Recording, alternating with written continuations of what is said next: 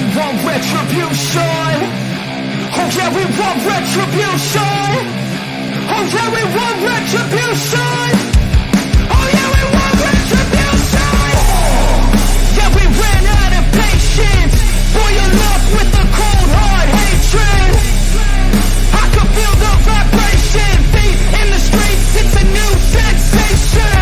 I wanna break faces on the pavement. I wanna make greatness look complacent. Adrenaline awakened, I can taste it. We can make an impact, grab and then take it. Like a disease, bring to their knees. No pain 'cause they hate to see. Just like a weed.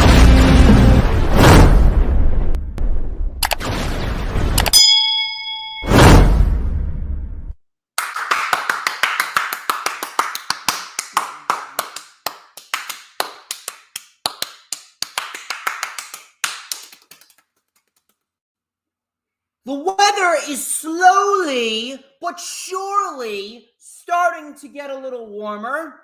Thankfully, I didn't have to come out of the house with a heavy coat, rather just a sweatshirt.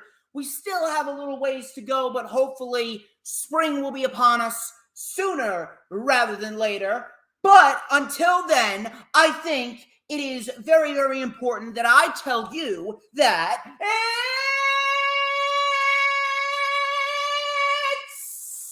Saturday! You know what that means. We're live! Ladies and gentlemen, I'm the one and only DJ Storms, and I would like to welcome each and every single one of you to the greatest fucking show on earth, streaming live across 4 different platforms and 5 separate accounts. We are rocking, we are rolling, we are ready to get down and dirty, and I'm gonna take you down to Chinatown and I'll show you how to kick the gong around. It is going to be a damn fun show, and of course, we got Mitch Kovsky reminding everybody that I am the best in the motherfucking business. As of course, though, you already know who I am, Mr. Controversy and the operator of the best damn Twitter handle.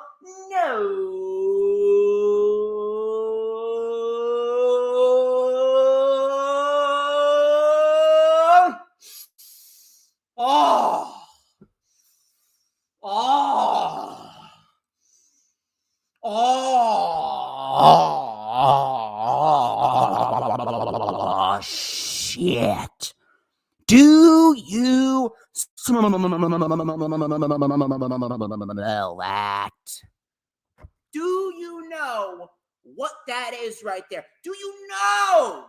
I'll tell you what that is. Now, right there is the smell of pure fucking excellence.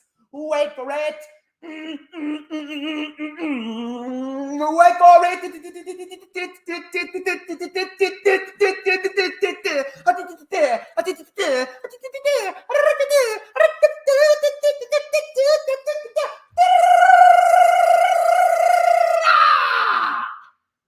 To mankind, and this is the official lightning flash update for Saturday, March 18th, 2023. As March is halfway over, I'm still trying to wrap my head around that. 2023 is going quicker than anyone could have ever anticipated. It's nuts. It is beyond crazy. But I thank each and every single one of you for taking time out of your busy schedules to give your boy, the greatest of all time, your time on this fine Saturday afternoon. Of course, if you're on the East Coast, if you're further towards the West, it is actually Saturday morning. So once again, thank you all. Thank you to Mitch. Thank you to The Final Hoss. Thank you to Alex Mercado and Philly Sports Talk Podcast. Thank you to Dylan as well. We got a nice Solid crowd on tap tonight, and I'm pretty sure we're going to get more individuals as they file on in. We got some topics to discuss here, including a big one that concerns Bray Wyatt. What is going on with Bray Wyatt, as the report is being rumored that he walked out on Madison Square Garden when he was advertised for a WWE live event house show last Sunday, March 12th. We got plenty to talk about there. Also, AEW is adding a third weekly television show, and I'm here to tell you that it is not the right time for that. Not yet, at least. Not yet. Why? We're going to discuss that as well. WWE apparently has big plans for LA Knight, and apparently there are a couple of AEW talents that are unhappy, and apparently Darby Allin's promo last Wednesday during Dynamite, there were a lot of truth bombs dropped in that promo. We're going to discuss that as well. Also, we're going to discuss Raw, Dynamite, and SmackDown. I did not cover Rampage, and specifically because Rampage was on after the NCAA tournament last night on TNT, and it wasn't until 11:30. I was tired. I was physically exhausted from the last week. Last week was a pretty busy week in terms of a work schedule, so I needed to catch up on some sleep. I wanted to stay up to watch Rampage, but I could not. I was tired, so I passed out. I will be catching up on Rampage after the LFU, specifically because I want to see Powerhouse Hobbs versus Ray Phoenix for the TNT Championship. Anytime Ray Phoenix is on TV, that's a reason to watch, and I am a big Hobbs guy, you already know, so I will be watching that afterwards. But we have plenty to talk about regardless of no Rampage review. And Earl is also in the chat. Shout out to Earl. Earl is doing some phenomenal work himself. If you guys haven't already done so, please make sure that you follow me on Twitter and Instagram at HistoryMakerDJS. That is at HistoryMakerDJS, both on Twitter and Instagram. Go add me on Facebook as well. For collaborations and business inquiries, please send me an email. My email is, of course, StormsTakeOver@gmail.com. Like the official DJ Storms business page, and I may just send you an invite to join the official DJ Storms Posse group on Facebook. That is, all those links are in the description, as well as the link to Brittany K, her Twitter and her Instagram. Her Twitter is at BrittanyK5150. Her Instagram is at BrittanyK Designs. She is an official sponsor of the DJ Storms channel and the DJ Storms brand. She is a very good friend of mine, and she is a phenomenal designer, a phenomenal drawer. She has plenty of drawings, designs, and edits of professional wrestlers, handcrafted from scratch on an iPad. She is phenomenal. Her work is exceptional. It includes superstars such as the House of Black, Jay Briscoe, LA Knight, Bray Wyatt, Braun Strowman, Jon Moxley, Alexa Bliss, Damage Control, plenty more. Whatever you need, she's got you covered. So if you want to check out her designs and you want to buy some, she also creates Twitter avies and banners. So please go and check her out. Once again, her Twitter and Instagram is linked in the description, at BrittanyK5150 on Twitter and at BrittanyK Designs on Instagram. You will not be disappointed in her work. Of course, please make sure that you hit the like button when you come on in, whether you're watching on Twitter, Twitch, YouTube, or the Facebook group. Please hit the like button when you come on in. And, of course, share the stream out on all platforms, social media, including Twitter, Instagram, Facebook, Pinterest, Tumblr, Snapchat, TikTok, Twitch, whatever social media platforms that you may be using, because we want to get a wide outreach. We want to get as many people in the chat as we possibly can. It is extremely vital that we do so, because everybody needs a little bit of DJ motherfucking Storms in their lifetime, okay? Everybody needs DJ Storms in their life. Please make sure, if you haven't already done so, to check out all the Hardcore Sports social media links. We are currently streaming live on the Twitch right down there at Hardcore Sports 1, Instagram at Hardcore Sports Network, Twitter at Hardcore Sports N, and YouTube at Hardcore Sports Network. We have recently surpassed 300 subs on YouTube. We're at 320, I believe. So we are growing rapidly. We are itching closer to 500. Then we'll be itching closer to 1,000. We want to be the #1 sports analytical brand in all of YouTube. So please make sure, if you're not following or subscribing to Hardcore Sports social media links, go check them out. All those links are in the description. It is extremely vital that you do so. Seriously, you are not going to want to miss anything because we're covering all sports, including baseball, basketball, hockey, football, UFC, professional wrestling. It is vital that you get all the social media links and you keep your eye out for any new content that Hardcore Sports is going to be bringing you. Trust me, we are going to be the top of the line when it comes to all sorts of sports analytics. Don't miss a single moment. Do not miss a single video, a single stream. Do not miss any content that Hardcore Sports is producing. Of course, if you're watching on YouTube, my channel or the Hardcore Sports YouTube channel, hit that subscribe button so that way we can grow. We are very, very close. We are nearing 2,100 subs. I just need 4 more. We are this close to 2,100 subs.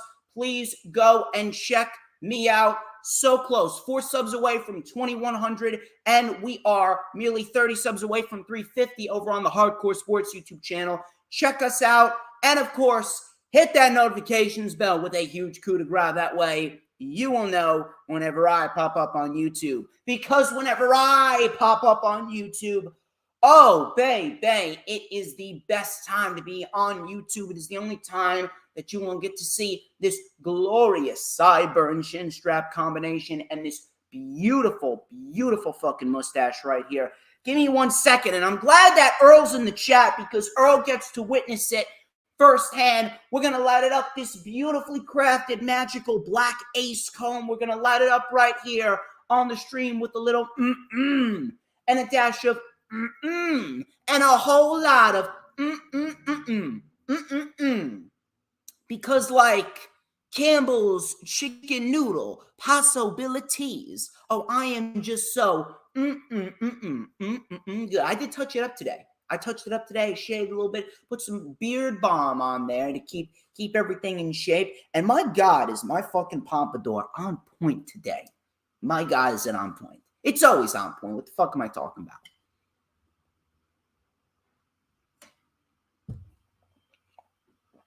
Why don't we get straight into the festivities here? Let's start off with the news, rumors, and reports. WrestlingNews.co, they reported that WWE is reportedly very happy with the crowd reactions that LA Knight has been getting. And this could be a sign that WWE may very well have big plans for him after WrestleMania 39 is over. Now, normally when I hear something like this, I would be a lot more happy, considering that LA Knight is indeed a Triple H guy. LA Knight is a Triple H project. But at the end of the day, with Vince having influence in implementing his style or lack thereof style to the creative process going on in WWE right now, I am actually very skeptical about this report. LA Knight should absolutely be in a position where he should be getting more opportunities after WrestleMania is over. Trust me on that. Trust me on that. But at the end of the fucking day, I can't really sit here and say that I'm happy about this based on what we've been seeing on television. LA Knight, this year in 2023, LA Knight has virtually been a glorified jobber. Lost to Bray. He lost to Cody Rhodes. He lost to Kofi Kingston. He lost to Xavier Woods last night in 2 minutes. Is that really the sign of someone that is in line to get a big push? Unless they're going to have him win the King of the Ring tournament. And they're going to have LA Knight go on and challenge whoever the world champion is at SummerSlam. Which, to be quite honest with you, I would not mind. I wouldn't mind that at all. If you're asking me, it's either LA Knight or Finn Balor that should be winning King of the Ring. I know a lot of people have been saying, oh, Gunther. Why do you want to push Gunther to the world title so soon? He's 33 years old. He's got 10 years left in this business, plenty of time. And on top of that, you put Gunther against whoever the world champion is at SummerSlam, you're in a lose-lose situation. You put him against Cody Rhodes, And what, are you going to take the title off of Cody Rhodes after 4 months? And if Cody ends up beating Gunther, what are you going to do? You're going to have Gunther take a clean loss to Cody 4 months after he lost the Intercontinental Championship? Gunther's not a man that can be handed out losses willy-nilly. Gunther, for all we know, is set to lose the Intercontinental title at WrestleMania, possibly to Sheamus. And if that's the case, then Gunther, if you ask me, I would be building Gunther up to win the Royal Rumble next year and then take the title off of Cody Rhodes next year. So if you're asking me, LA Knight would be a great representation to win the King of the Ring tournament and fight for the world title on SmackDown or Raw at SummerSlam. Whatever it may be, whether there's still going to be one world championship or whether there's two separate world championships. Either way, LA Knight would be a perfect representation. It's either him or Balor. But if you're asking me, I find it very, very hard to believe that WWE has big plans for LA Knight based on what's been going on television. LA Knight was never supposed to make a return. It was always supposed to be Max Dupree handling the Maximum Male models and taking that shit into the future. Then they broke LA Knight away from the Maximum Male models. They made him LA Knight again. And he was doing some phenomenal work with Bray Wyatt. And then ever since this year began, he's virtually been a glorified enhancement talent. You think it's by design? Of course not. I get that you don't really need to put him on WrestleMania. Not everybody needs to be on WrestleMania. But at the end of the day, there's no reason why LA Knight should be losing clean on television to someone like an Xavier Woods or a Kofi Kingston in 2 minutes or less, simply because, oh, he's got nothing going on and we're saving him for after WrestleMania. No, he should be getting wins on television.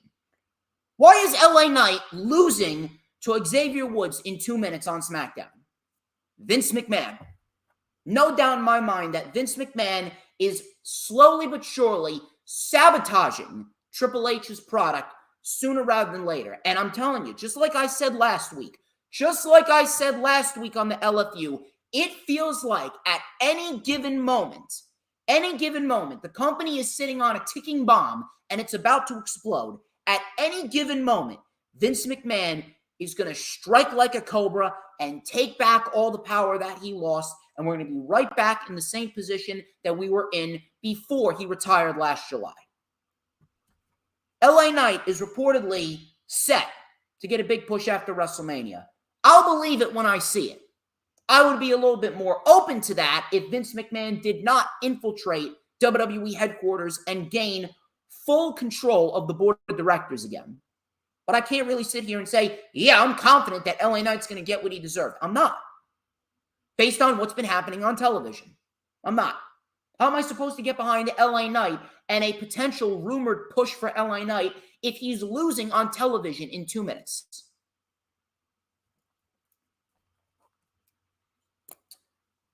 Sean Rossap.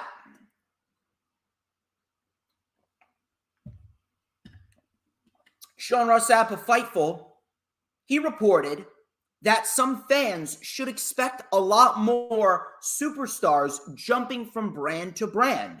The brand split rules will apparently be ignored throughout WrestleMania season. Now, for me, this is a great topic. This is a great topic to discuss, and this is a great topic to hear about because this gives me some hope that the brand split will end. I know some people have been calling for a WWE draft going after WrestleMania, but I'm going to be completely honest with you when it comes to the brand split, and you're going to have to get this through your heads.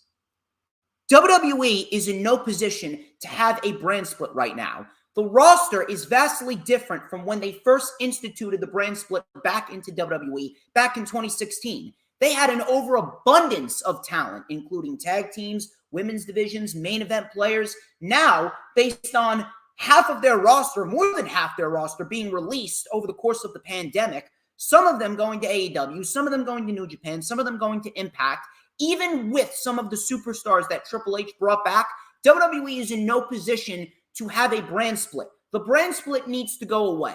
And supposedly, if WWE is reportedly ignoring the rules of the brand split throughout WrestleMania season, this gives me some hope. This gives me hope that after WrestleMania, we could potentially see the complete eradication of the brand split.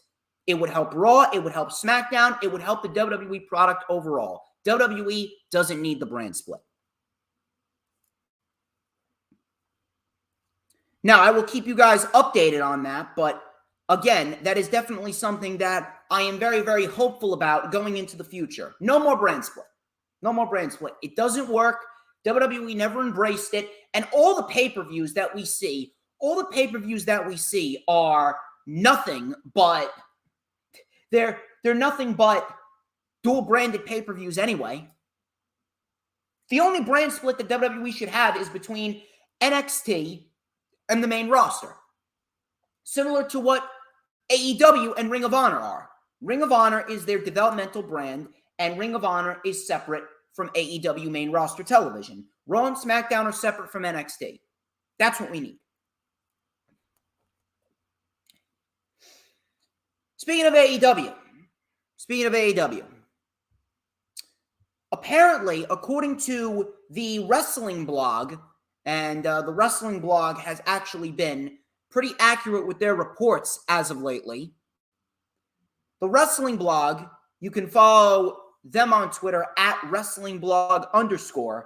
Apparently, they believe, based on multiple reports, that there are a lot of AEW wrestlers that are unhappy and they actually want out of their contracts. It appears as though Darby Allin's promo from Dynamite this past Wednesday during the Rebar Mitzvah segment with MJF, which resulted in the 4 pillars of AEW all coming to the ring. Apparently, that promo from Darby Allin had a lot of truth behind it. Maybe that ruffled some feathers backstage. Now, I can name you a few. Andrade, I can definitely see. Miro, I can definitely see. Lance Archer, maybe. Wardlow, I don't know. Potentially Wardlow. Now, if you're asking me, none of them are at fault for their shit booking. That all falls on a lot of other scenarios. That all falls on the lack of proper television time. That all falls on the fact that Tony Khan is just overwhelming himself. I love what he's doing. And listen, this year has been shaping up to be their best year so far. They've been hitting all the right buttons this year. Tony Khan has been hitting his stride very well this year. We've been getting some great weekly television. Rampage has slightly gotten better from where it was last year. Ring of Honor started up, and Ring of Honor is putting on some solid programming. We've been getting some solid wrestling on Thursday nights. We are getting a big pay-per-view being built up at Supercard of Honor. Revolution was perhaps their best show to date. But at the end of the day, Tony Khan is doing too much all at once. He's doing too much all at once, and some people, as a result of this, are falling to the wayside. At the end of the day, Tony Khan absolutely needs to institute a developmental and creative team to help him. He needs to spread out the responsibilities and duties amongst everyone. Now, granted, sometimes when it comes to professional wrestling, especially in a company like AEW that has a lot, and I mean a lot of talent, and a lot of talent that deserve to be in the spotlight, sometimes you need to be patient. Sometimes you need to be patient, and sometimes you need to wait your turn. So it could be argued both ways. Sometimes the talent can be entitled, but yet at the same point in time, Tony Khan is also doing too much all at once. You know, I don't like this guy, but John Draper, he mentioned something about how too many podcasters and too many analysts and journalists and media personalities have just sucked off AEW, and everyone in AEW is so hypersensitive when it comes to criticism. A lot of the wrestlers are. A lot of the wrestlers absolutely are. And you know what? That probably has to do with the fact that, you know, they're unhappy with where they are because they feel like they deserve more than they're being given. And listen, I appreciate the fact that they know their worth and they think that they should be higher than they are, but you need to put in the fucking work for it. You need to put in the work for it. And at the end of the day, in a scenario like this, you need to wait your turn. And the opportunities that you are given in this type of business, you better fucking take it. But at the same point in time, it all goes back to Tony Khan and how he needs to spread out the responsibilities evenly among different personnel because he cannot do it all on his own. He can't. Now, if some of these wrestlers are unhappy, you know what? I wouldn't even bother trying to convince them. If you put them on TV and they're still not happy with where they are, if you give them the proper effort and the proper storylines and they're still not happy with where they are, then you know what? At the end of the day, when their contracts are up, let them go. Don't even bother. Don't even bother signing them to new contracts. Just let them go. If people do not want to be there, once their contracts are up, finish paying them and then see you later, bye. If they do not want to be there, then you should not keep them around. You should be keeping people in your company that have the utmost respect, the utmost goodwill, and the best intentions for the company as a whole. They want to look out for themselves, fine. But there's a difference between looking out for yourself and being a selfish prick. So if Tony Khan has people that are unhappy, finish paying them what he needs to pay them and let them go. Trust me when I tell you, if they're not on television now and they're not being sorely missed, then people are not going to miss them now. If anything, Tony Khan has proven without certain people, he can still put on a good show and a good wrestling company. That's what we need. We need a better, well-oriented roster that has the best intentions of the company in mind. If people are unhappy and they don't want to be there, then let them go. Let them go. By the way, shout out to Hooligram and shout out to Lisa, who is currently in the chat right now. I greatly appreciate the both of you joining me. We got a nice hot crowd, 12 people watching so far, so keep on sharing the stream out. Keep on getting people in here. We got plenty more topics to discuss before we head into the weekly show reviews. But that's what's going on in terms of AEW talent not being happy. And I strongly, strongly suggest that Tony Khan reevaluates his priorities and spreads out some responsibilities. Sticking with the AEW product, there has been reports, according to Wrestling Observer Newsletter, that Warner Brothers Discovery and All Elite Wrestling are currently finalizing a deal for a third weekly wrestling show. Now, apparently, I did say that they do need more television time, and Tony Khan, how do you satisfy certain people? You put them on TV. Though it may seem like a reasonable answer to Tony Khan's problem, why are people unhappy? They're not being used. They're not getting the proper television showcase that they think they deserve. So yeah, here we go, another Wrestling Weekly television show, and let's put them on TV. But I'm here to tell you that AEW is not in a position where they should be getting a third weekly wrestling show. Now, I am all for making new content. I am all for getting new content out there. I am all for building a nice solid reputation and getting more people on television and getting them showcased in front of a worldwide audience. I appreciate that, and I have absolutely no issue with that. But here's the problem with what AEW has right now if they want to institute a third weekly television show for professional wrestling. The problem is that the two shows that they have right now, they're not on the same scale. They're not on the same level. Dynamite is here and Rampage is here. And the reason why Rampage is here, I say that it's here, it's not because it's a bad show. I know what a bad show is. Rampage is not a terrible show. It's not a must-see show. It's not a, oh my God, you gotta go out of your way to watch this show. Oh my God, you gotta make plans and you gotta cancel all your Friday plans between 10 and 11 to go out to watch Rampage. No, but I'm not gonna sit here and tell you that it's a dog shit show. I know what a dog shit show is. I know what a dog shit show is. I prefer watching 1 hour of Rampage every Friday than I do watching 2 hours of NXT every Tuesday. I don't even cover NXT anymore. I cover Rampage. So Rampage, I would gladly take AEW Rampage over NXT. At least with Rampage, we get a lot better wrestling than we do on Tuesday nights. And we don't get shitty, comedic, cheesy characters that shouldn't be anywhere near a wrestling ring. At least on Rampage, we get actual professional wrestling. So Rampage is not a terrible show, but it's not on the same length as Dynamite. It's not on the same wavelength. It's not on the same level as Dynamite for a multitude of reasons. Not because it's taped, but because it's on Fridays after SmackDown at a shitty time slot. And that's not even Tony Khan's fault. It's not. That's TNT's fault. Time Warner, Warner Brothers, they wanted Rampage on Fridays at 10 p.m. on Friday nights. They wanted that. Tony Khan didn't want that. If it was up to Tony Khan, I guarantee you Tony Khan would probably put Rampage on Tuesdays. That's what we need. We need Rampage live at 2 hours on Tuesdays. Rampage live at 2 hours on Tuesdays, and we need those two shows to be their top tier shows. It doesn't help that there's too much wrestling throughout the week in general.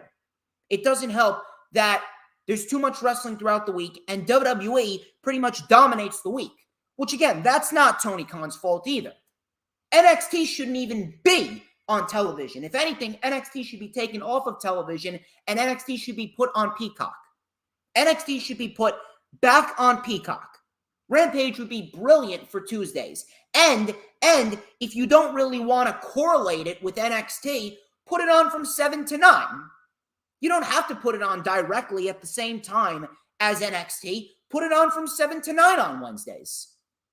Look at Ring of Honor. Ring of Honor is on Thursdays from 7 to 9 on Honor Club, and they're doing just fine. That's a great time slot. 7 to 9 is a great time slot for wrestling. It's not too early. It's not too late. We get out of there at an early time, and we can go to bed early. We can relax because we got some shit going down the next day. It's not late at night where no one's going to care for it, and it's not directly after a wrestling show on Fox, which is dominated. That dominates the demographic.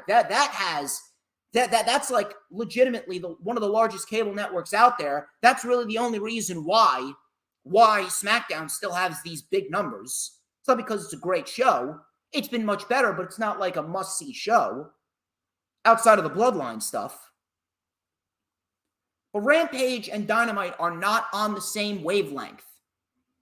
Tony Khan right now, his priority should be building Rampage to be live at 2 hours, put it on a Tuesday, and give it the same amount of importance as Dynamite. Put it on the same wavelength as Dynamite, and then we can talk about potentially adding a third weekly wrestling show. We do not need a third weekly wrestling show now because they have not gotten Rampage to where it needs to be. It's not a terrible show, but it's certainly not on the same wavelength as Dynamite. We need Dynamite and Rampage to be on equal playing field, and then we can potentially talk about adding a third weekly wrestling television show. They're already adding All Access. They're already adding All Access. Why do we need a third weekly television show now? His priority should be moving Rampage off of Fridays, putting it on Tuesdays at 2 hours live, or if you don't want to do that with Rampage, then Tony Khan should be making Battle of the Belts live every single quarter, one Saturday each quarter on Saturdays at 2 hours live. He should be making Battle of the Belts their true mini pay-per-views in between the big four. You got Revolution, you got Double or Nothing, you got All Out and Full Gear. Tony Khan should be putting Battle of the Belts in between all four of those pay-per-views, one in January, one in April, one in July, one in October, and they should all be on Saturdays at 2 hours live, and they should be their version of mini pay-per-views. That's what we need. We either need Rampage at 2 hours live on Tuesdays or Battle of the Belts live once every quarter on Saturdays for 2 hours between 8 and 10, and they should be their true mini pay-per-views. We don't need a third weekly wrestling show. They are not in a position to do so. With Rampage, not terrible, but it's not in the same sentence. It shouldn't even be used in the same sentence as Dynamite. They need to get on equal playing field, move it to Tuesdays from 7 to 9, live at 2 hours, or build up Battle of the Belts to be live every quarter on a Saturday between 8 and 10 and make them the true mini pay-per-views. If you add a third weekly wrestling television show and it's rumored to potentially be on a Saturday, you are not going to be doing anyone any favors. You're not. You need to get all of your shows on equal playing field before you start adding on top of your product. You already got All Access. You got Rampage. You got Dynamite. You don't need a third weekly wrestling television show. Make do with what you have first, and then we can talk about adding a third weekly wrestling television show. Simple.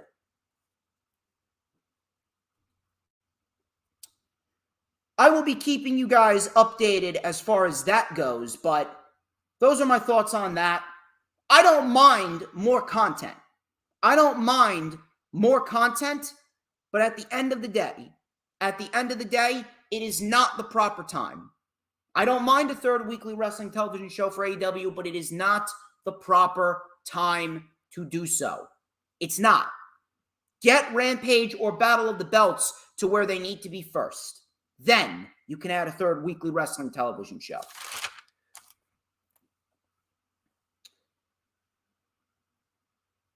Charlotte Flair. Apparently, I've ruffled some feathers when it comes to Charlotte Flair in the IWC because people are saying, well, DJ, Kid, Charlotte Flair and Rhea Ripley, it is a main event attraction. It's going to get all of these media requests, and it's going to get a lot of people watching, and it's all about the marketing. Bitch, what the fuck are you talking about? Charlotte is an attraction? Who gives a fuck about marketing? Who gives a fuck about these media requests? Who gives a fuck about YouTube clicks and all this other bullshit? People are trying to use fucking business strategies in order to justify a terribly built match and a terribly built program. Well, the Royal Rumble winner main eventing WrestleMania, it's a story, and you got someone who's trying to avenge her loss from 3 years ago. Yeah. I don't give a fuck. The Royal Rumble winner simply main eventing WrestleMania, that's not a story. That's a start, but you need to continue to build on that. You can't just say, oh yeah, the Royal Rumble winner main events WrestleMania, and we're looking to have Rhea Ripley avenge her loss from 3 years ago. Meanwhile, the heat from 3 years ago is already dead and gone. It's up in smoke. It's all smoke and mirrors. The heat from 3 years ago does not equate to a good story in the present day. I'm sorry. And Charlotte Flair, at the end of the day, according to this report, and according to me, I don't need this fucking report to tell me, Charlotte Flair is a backstage politicker. She is a manipulator. She manipulates the system, and she knows that WWE has their hands shoved so far up her ass that every time she brushes her teeth, WWE management's hands get manicures. So at the end of the day, what am I supposed to say? Am I supposed to say, oh, yeah, this is going to be a top-tier attraction. Yeah, it's going to be worthy of a WrestleMania main event. No, it's not. Charlotte Flair is a dead act. I'm telling you right now, the majority of the wrestling fans, because that's what everyone is at the end of the day, we are all wrestling fans. We are not financial accountants for WWE personnel. We are all wrestling fans at the end of the day, but the marketing strategies and the media requests. Shut up. Shut the fuck up. Shut the fuck up. If you are trying to use business strategies to try and justify any type of terrible television, I don't give a shit who you are. I have no problem walking up to you and calling you exactly what you are, and that's a retard, because you are one. Take business out of it. This is not about business. And as far as business and marketing and money goes, as far as all of that shit goes, it's WWE. Vince McMahon could legitimately walk out to the ring, or Charlotte Flair could legitimately walk out to the ring and take a fucking shit. Take a shit in the middle of the ring, and there'll still be plenty of money flowing into WWE's pockets. You know why? Because all they need to do is show up to Saudi Arabia and put on a show twice a year, and they get paid billions of dollars, because Saudi Arabia is stupid fucking rich. They already have all these TV rights deals with USA and Fox. How much money are they getting from them? Charlotte ain't making the money. She's not. Majority of the wrestling fans don't give a fuck about Charlotte Flair. So Dave Meltzer on Wrestling Observer Newsletter reported on the reasons as to why Charlotte Flair versus Rhea Ripley is main eventing night one of WrestleMania. He stated, and I quote, "When we asked about Usos versus Kevin Owens and Sami Zayn headlining night one, since at the time Sami Zayn was the company's hottest babyface character, we were told that there were political reasons." Oh, well, you don't say. Political reasons in play to where Flair versus Ripley would most likely get that spot, end quote. Oh my God. Oh my Lord. I am just flabbergasted. Oh my God. Could it be? Could it be once again that DJ Storms was right? Wow. Political reasons. Man, what was I saying about a month and a half ago about Charlotte Flair? I believe that I called her a backstage politicker and a manipulator, and the only reason why Rhea Ripley chose Charlotte Flair is because Charlotte Flair still has her fucking panties in a bunch after getting snubbed out of the main event of WrestleMania last year because of Stone Cold Steve Austin. Charlotte and Ronda was all but confirmed to main event, and in comes Stone Cold. In comes fucking Stone Cold Steve Austin and absolutely snubs her.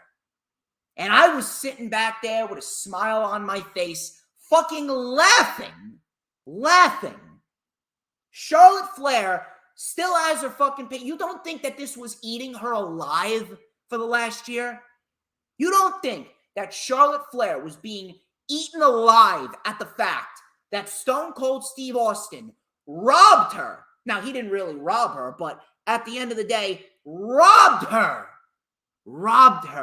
of the WrestleMania main event last year. You don't think that Charlotte Flair, being the vindictive bitch that she is, you don't think that she was sitting on that and she was staying up late at night thinking about that shit after she just got through with a 3-hour session with Andrade, and Andrade was giving her the works. After Andrade was done giving her the works and, putting the boots to her in a different manner, Charlotte Flair was laying in bed at night next to Andrade while Andrade was fast asleep because he got himself a good session. Charlotte Flair is laying up at night, staring at the ceiling, being haunted by the fact that she was snubbed out of the main event of WrestleMania because of Stone Cold.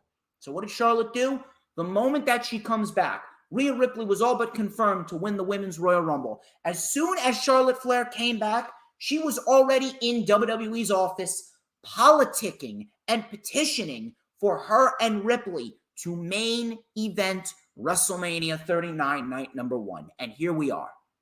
Now, I am all for the Royal Rumble winner being the main event of WrestleMania. But at the end of the day, in this scenario, does it really call for it? There's been no story being built up between Ripley and Charlotte. And it's a rarity that a storyline like the Sami Zayn Bloodline storyline, it is a rarity that comes around. Sami said it best. It comes around once in a lifetime.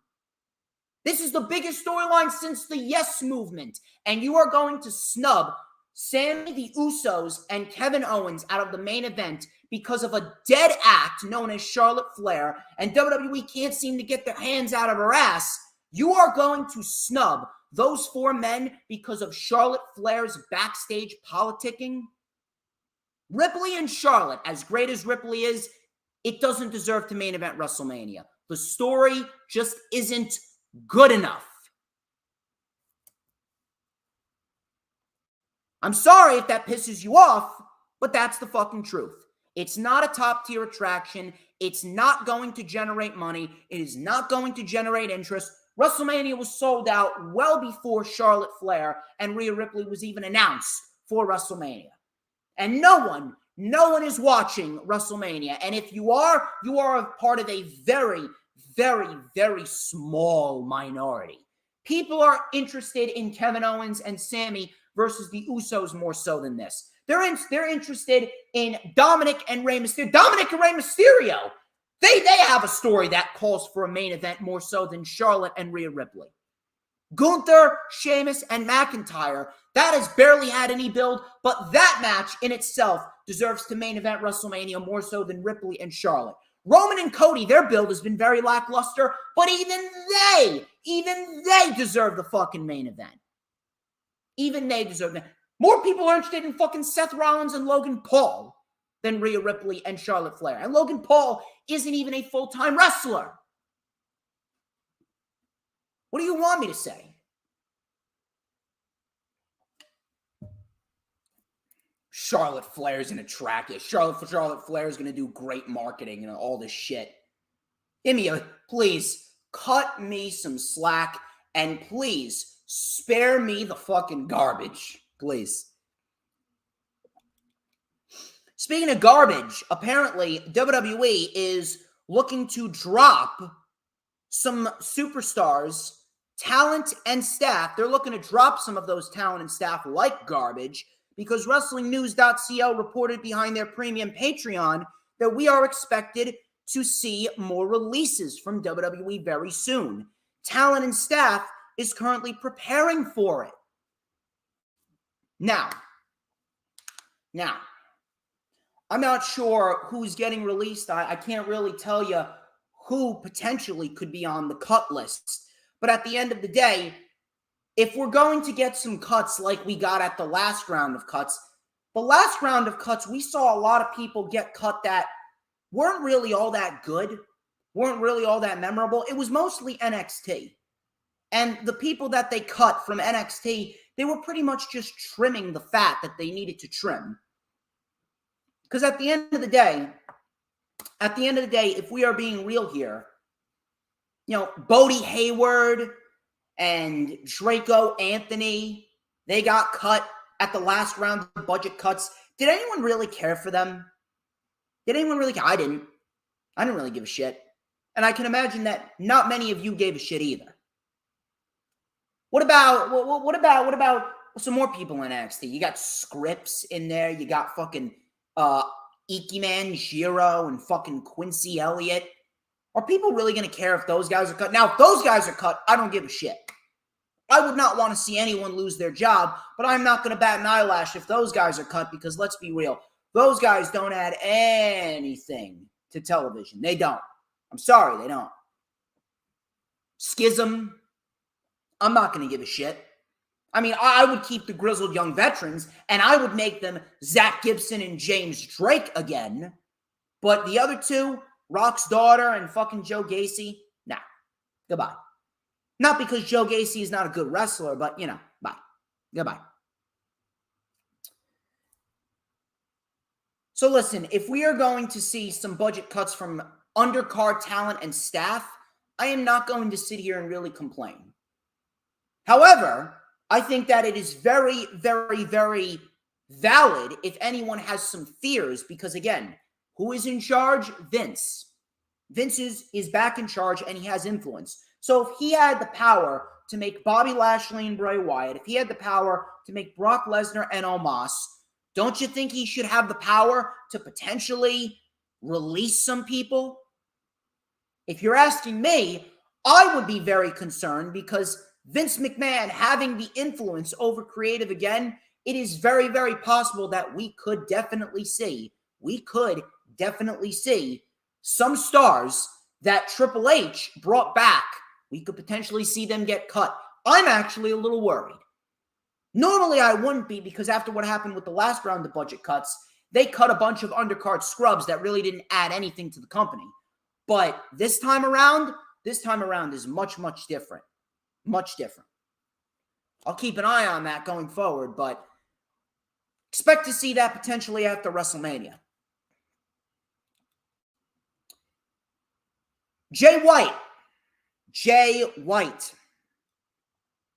Dave Meltzer talked about Jay White's current contract status. As you know, Jay White recently lost 2 matches. One of them was a loser leaves Japan match to Hikuleo. And then the other was a loser leaves New Japan match against Eddie Kingston back at Battle in the Valley, the same time, the same night that Mercedes Moné won the IWGP Women's World Championship.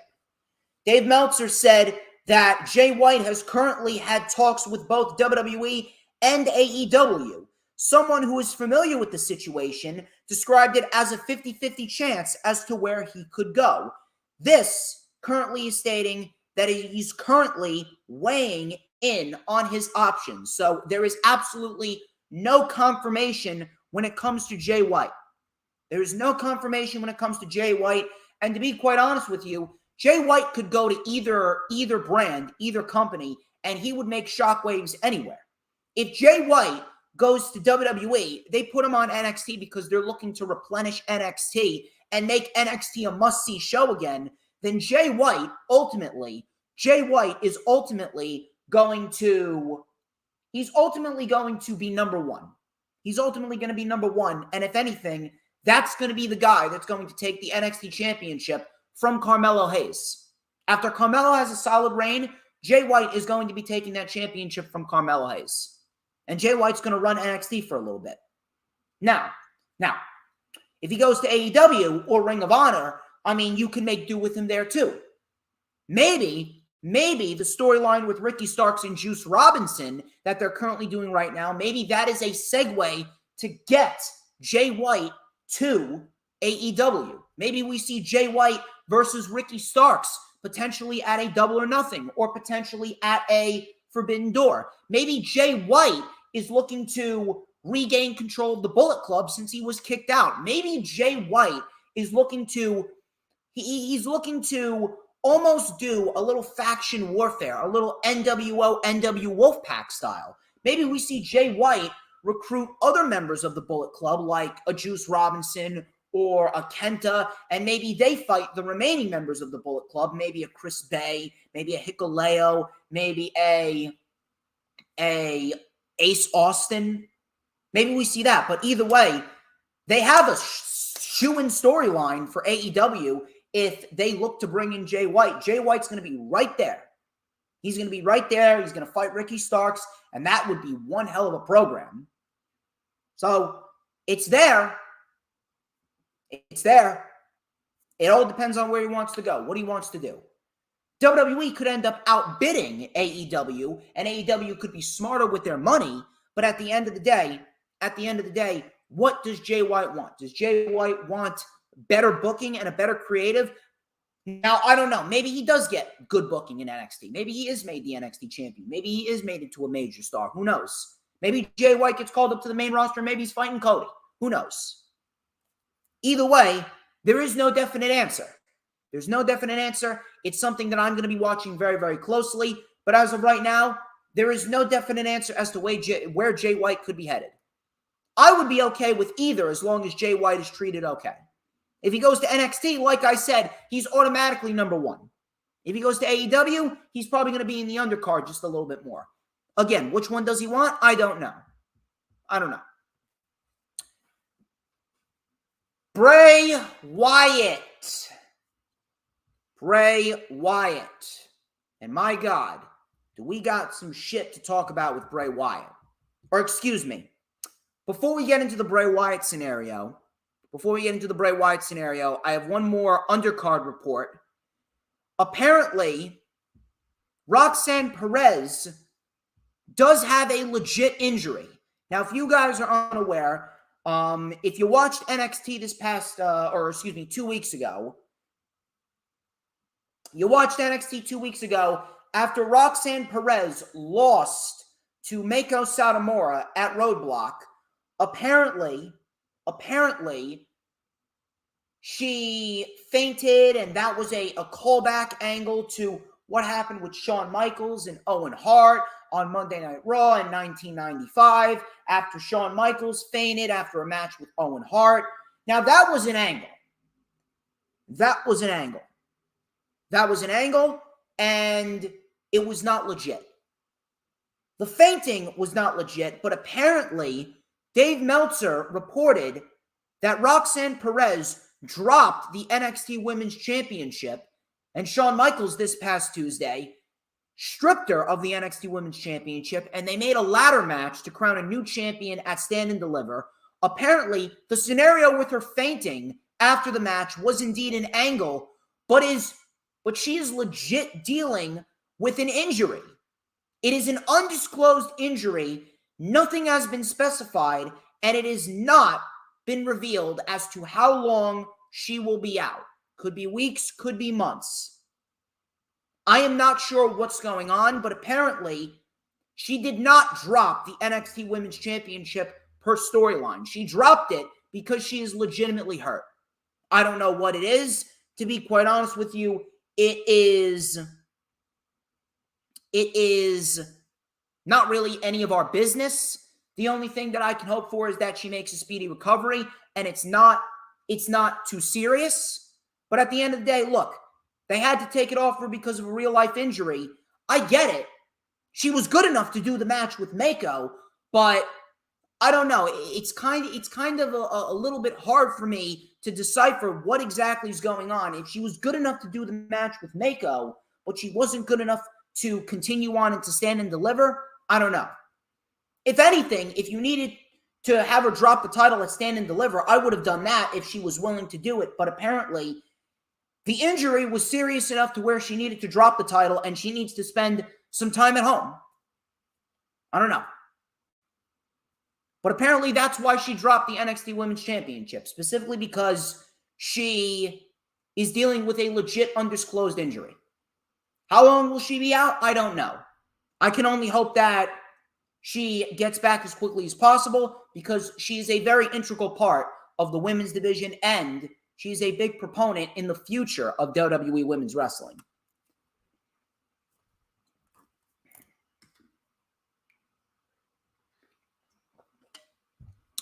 You know, Lisa, I understand what you're saying if Jay White goes to WWE to put him on the main roster immediately, but where would he really fit? Where would he really fit?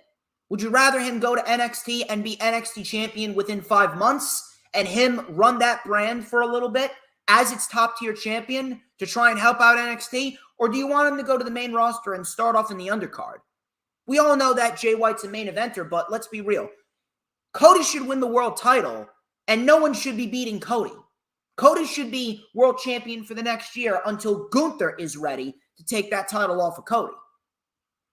So where would Jay White really fit on the main roster?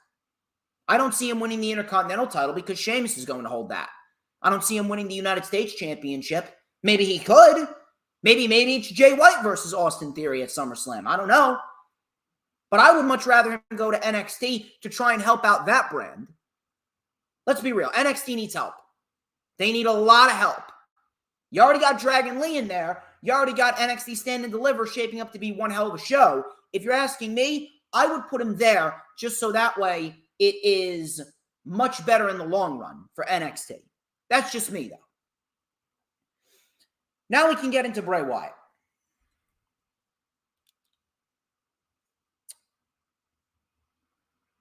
Bray Wyatt has been the victim of some shit creative this year. And it's quite fucking sad. But he has been the victim of some really, really, really shit creative this year.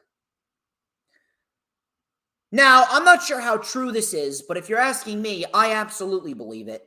Someone off of Reddit reported that Bray Wyatt, who was supposed to appear at WWE's live event in Madison Square Garden this past Sunday, he walked out of the venue and he missed what he was supposed to be a part of. He was replaced in a match by Braun Strowman.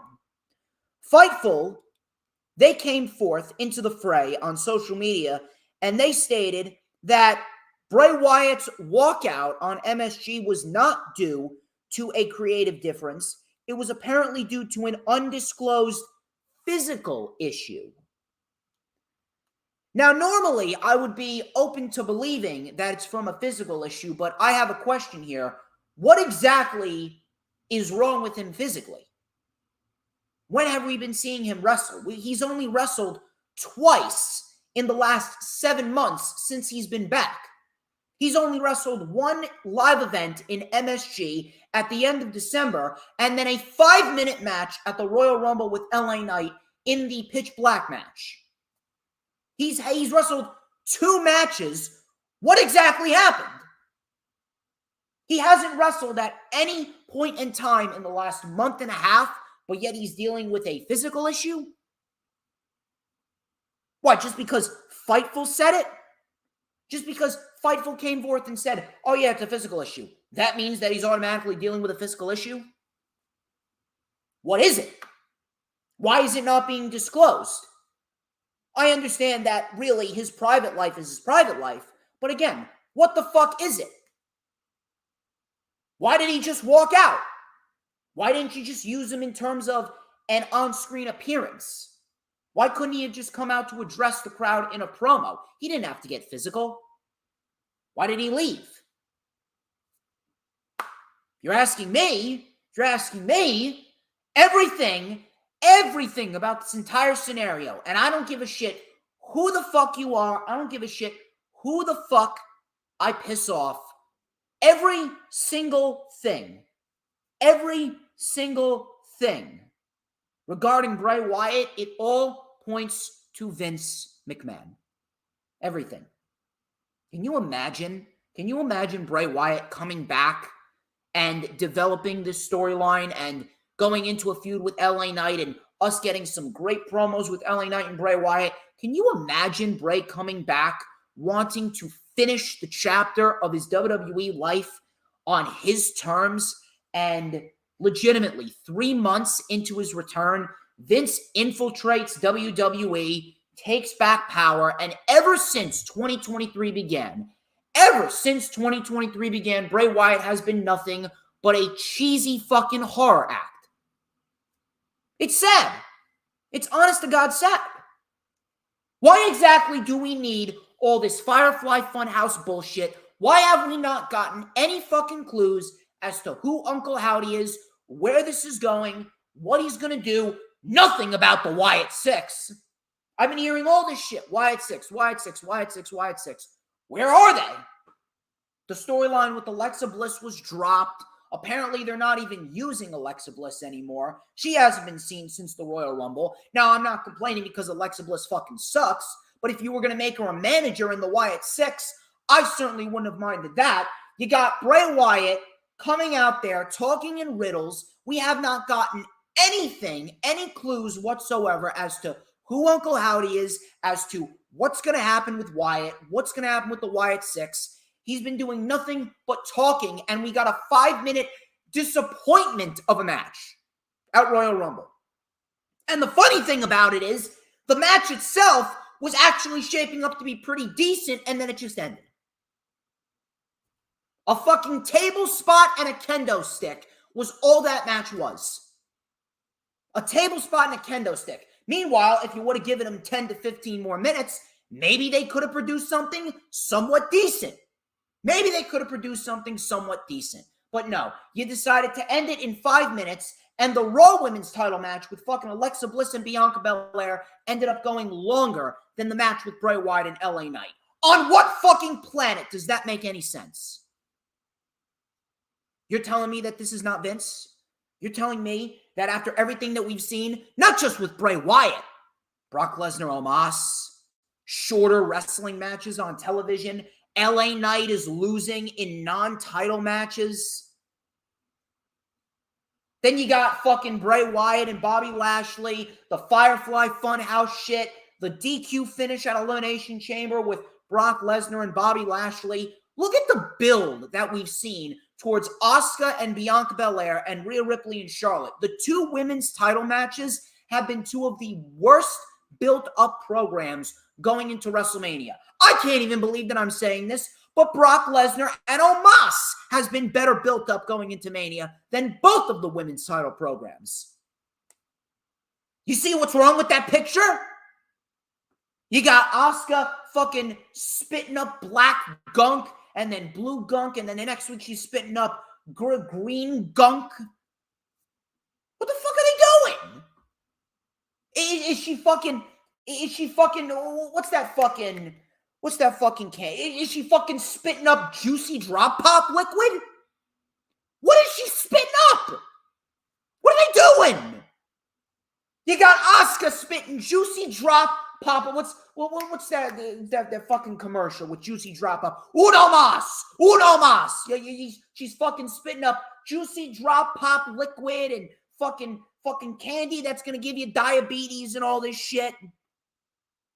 You got Charlotte Flair and Rhea Ripley barely until last night, barely even crossing paths up until last night.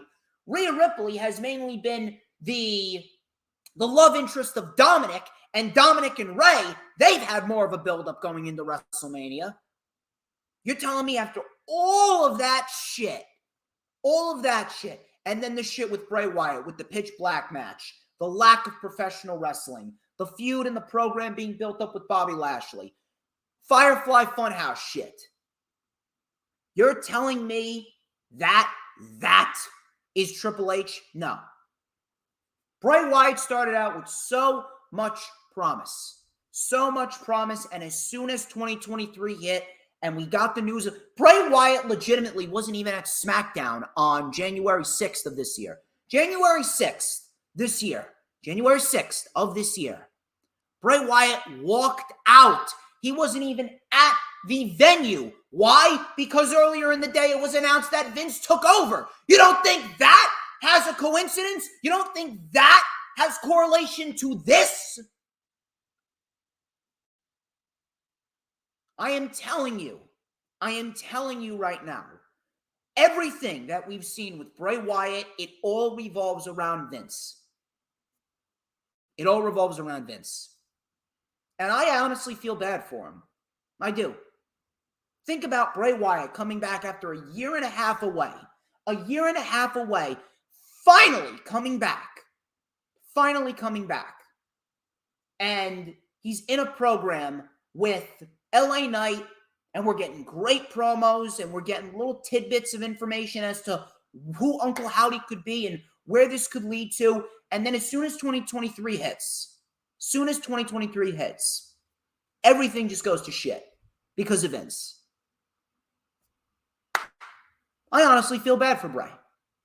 And there's actually a small part of me that wishes Bray would have gone to AEW and he would have been the new leader of the Dark Order. If Bray Wyatt goes to AEW and he's the new leader of the Dark Order, I'm telling you right now, the Dark Order instantly becomes the most credible faction in the company.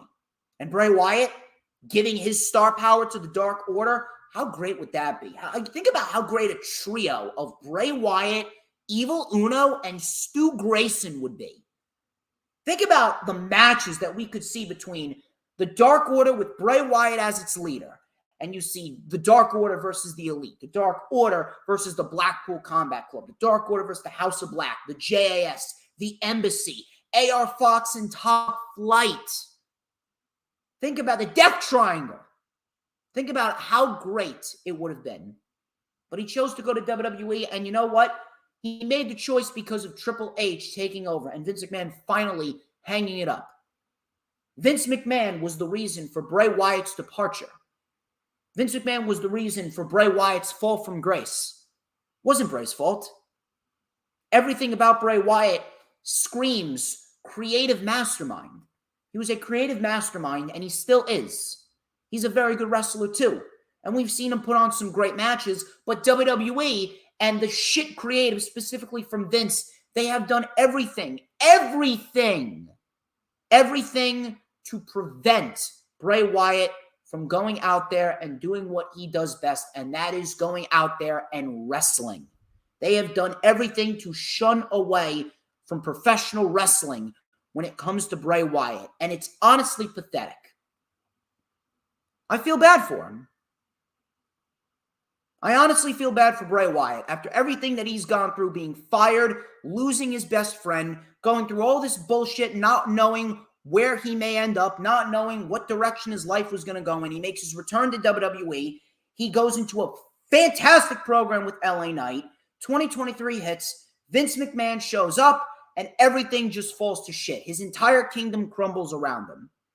Vince McMahon is absolutely to blame for this. It is not a physical issue.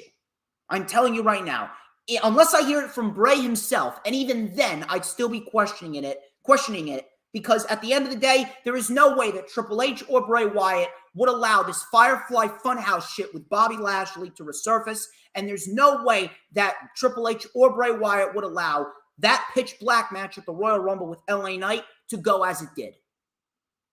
Everything regarding Bray Wyatt is all falling on Vince.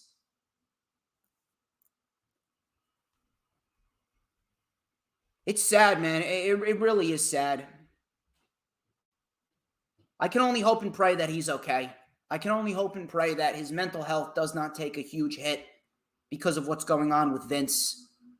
I can only hope and pray that we do get something of substance after WrestleMania with Bray. Although I don't really bank on it. I don't really bank on it.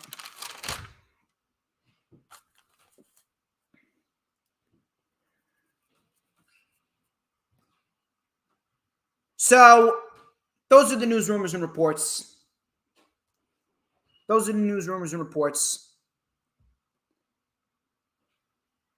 We have 3 weekly shows to go over. I hope you guys are enjoying the stream thus far. Of course, you guys are fantastic.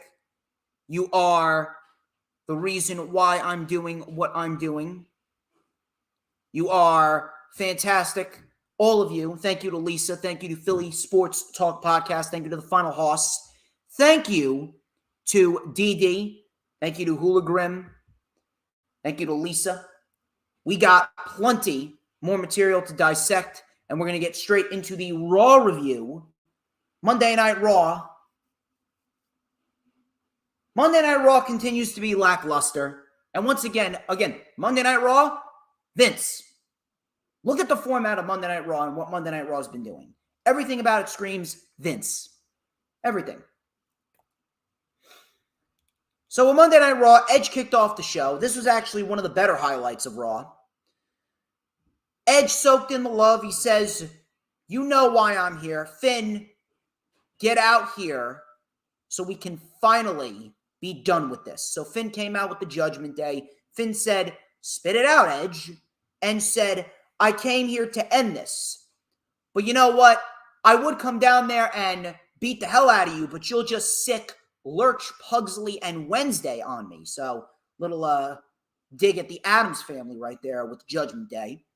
She said, "You want me at WrestleMania.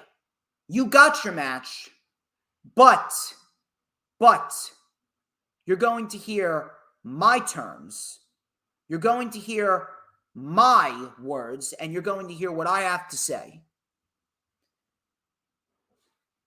I don't have the time for this, and I'm running out of time. You made the Judgment Day better, and every other week, you've left me laying. You made me say I quit. For the last year, you tried to make my life a living hell." Emphasis on hell. There is only one way that this can end. At WrestleMania, Edge versus Finn Balor inside Hell in a Cell. Finn said, "I've been to hell before, and it spit me out because it couldn't handle my demons. I accept, but until then..." So he walked down to the ring. The Judgment Day was getting ready to go after Edge before Gargano, Dexter Lumis, and Candice LeRae came out to help. And this resulted in a tag team match with Dominic Mysterio and Damian Priest taking on Johnny Gargano and Dexter Lumis. And we got a very good tag team match for what it was. 4 individuals who are very good wrestlers going out there and wrestling for about 13 minutes. Solid start to the show. So Johnny Gargano and Dexter Lumis, they were in control early on. Gargano with a Hurricane Rana to Dominic and a super kick. He then delivered a cannonball to Damian Priest and Dominic off the apron. Coming back from commercial, Gargano was isolated.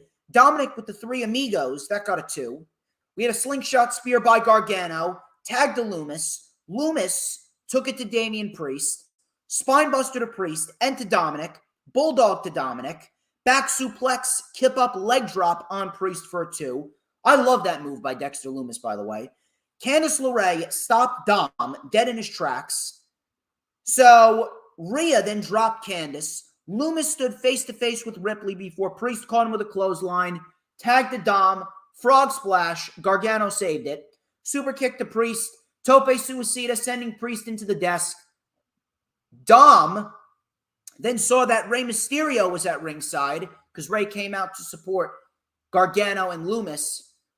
So Dom drop-kicked Rey, tagged the Priest behind Loomis's back, south of heaven, and Priest pins Dexter Loomis for the win. And we got a very good match with the Judgment Day winning. Judgment Day continues to look strong, and Dominic continues to get great heat on him because Dominic is continuing to get the upper hand on everyone that he's in the ring with. So whatever Dominic is doing is some good material, and this is probably the best work from Dominic that we've seen. So this was not a bad start to Raw at all. And then it went downhill. Omos and Brock Lesnar, they came face to face. Brock Lesnar came out. He stood toe-to-toe with Omos, smiling and laughing. And this right here just proves my point when I say this. The crowd was chanting, "Holy shit." The crowd was chanting, "Holy shit," just by this face-off. And that right there just shows me that when I tell you that WWE fans are the biggest retards on the planet, it only proves to me that I'm right. No normal human being is going to chant, "Holy shit," just because Omos puts his fist right next to Brock Lesnar's face. If you're genuinely interested in this match, I think you really need to put yourself down for immediate brain surgery. No one, and I mean no one, can be considered a normal human being and be that excited about a Brock Lesnar-Omos match. Brock Lesnar and "I want my house. Wow, you got 2 weeks, Brock Lesnar." That's exciting. That's exciting, yeah.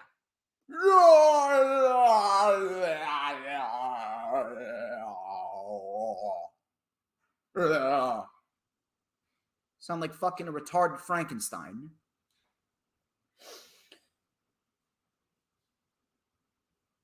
Omos tried to throw Brock Lesnar over the top rope, and they fucking botched it. I knew that was a disaster from the jump. That was a disaster from the jump. Cody Rhodes versus LA Knight. Always love seeing LA Knight. This was good.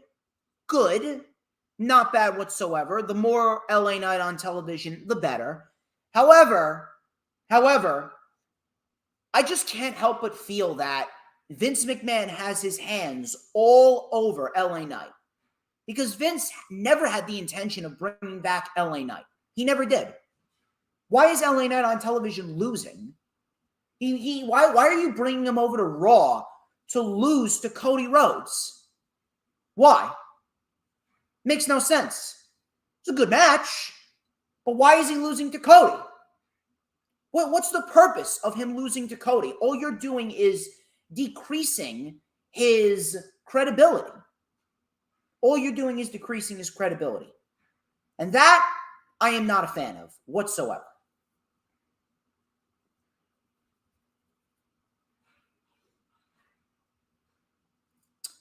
So Cody Rhodes ended up winning this match with the Crossroads.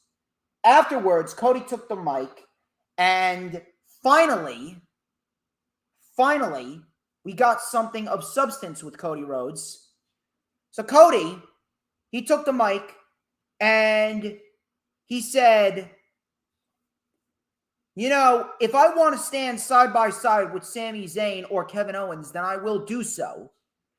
It is personal since I was 21, since I wear a tailor-made suit because I want to be someone. Roman, I acknowledge you, damn it, but it is now time that you acknowledge me."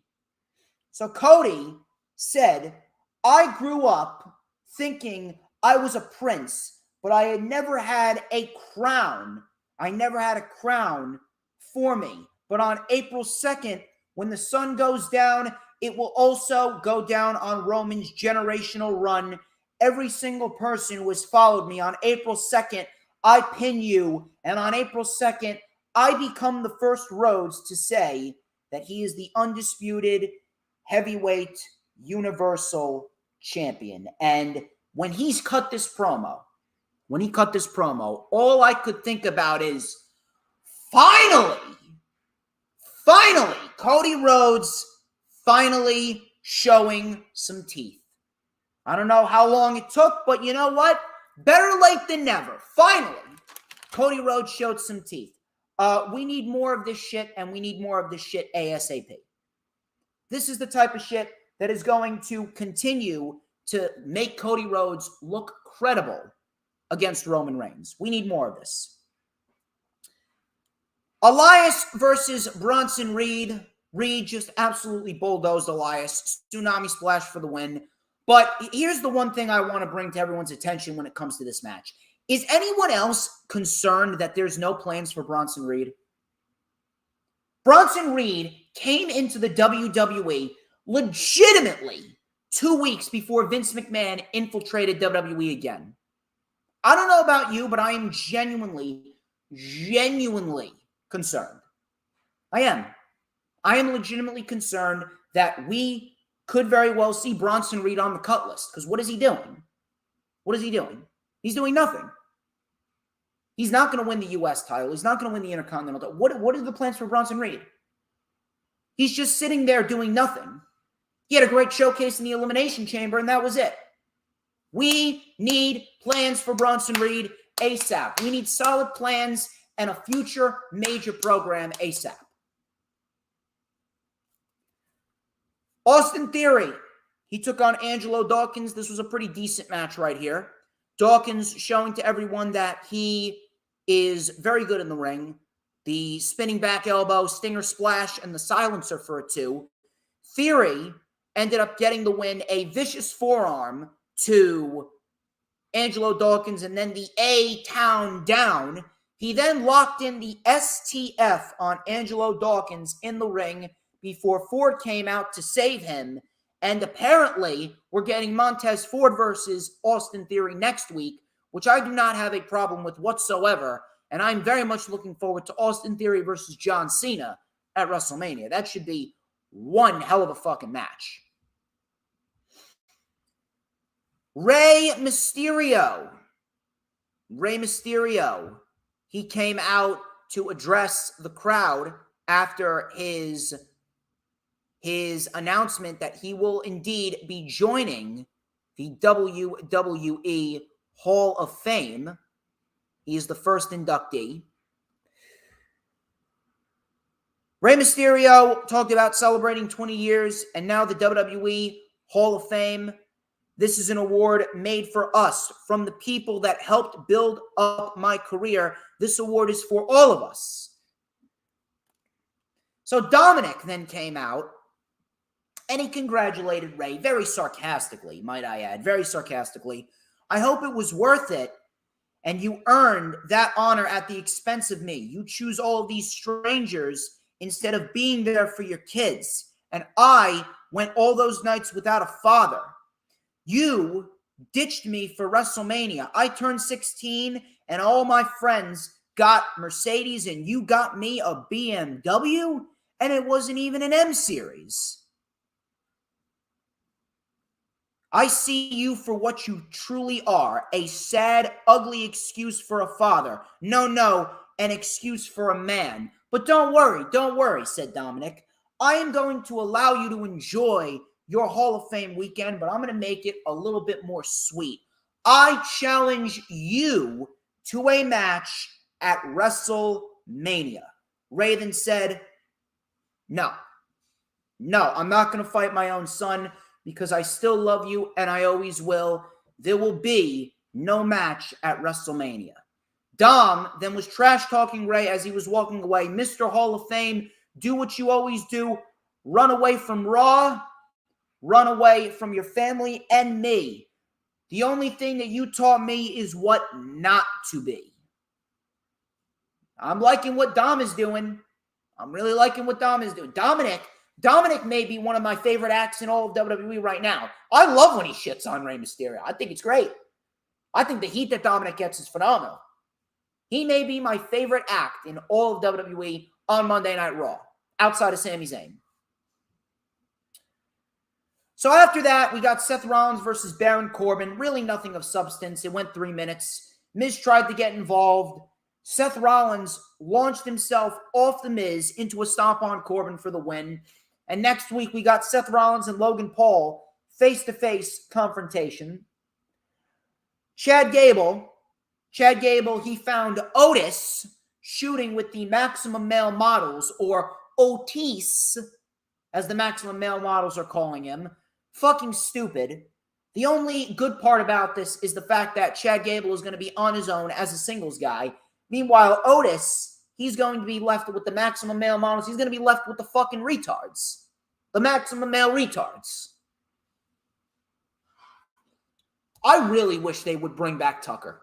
I really wish they would bring back Tucker and get Heavy Machinery back together. That's what they need to do. Chelsea Green versus Bianca Belair. Chelsea Green lost to Bianca Belair because of a KOD. That was pretty much that. Asuka then came out. She delivered a kick to Green. Mella caught a spine buster by Belair. Asuka then took the championship. She jerked it away. She was playing the role of that fisherman on the fucking Progressive commercial. Oh, you almost had it. Well, you got to be quicker than that. Then she started throwing up fucking blue raspberry goo as if she literally chugged a whole fucking pouch of juicy drop pop shit. Fucking stupid. You got Asuka throwing up juicy drop pop liquid, and you got her dancing around and playing a fucking fisherman from the Progressive commercial. You gotta be quicker than that. Oh, come on. You almost had it. Fucking stupid. Vince McMahon, right down to the very last letter. And you're not going to tell me otherwise. Kevin Owens versus Solo Sikoa. Street fight. Really nothing crazy. They brawled in the ringside area. Kevin Owens was then dropped onto a bed of steel chairs.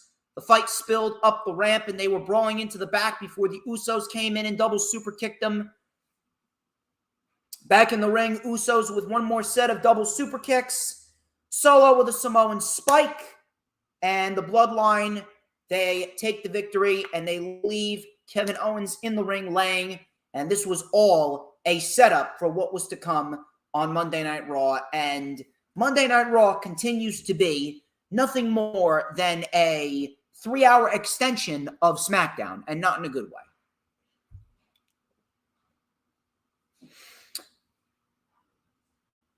AEW Dynamite.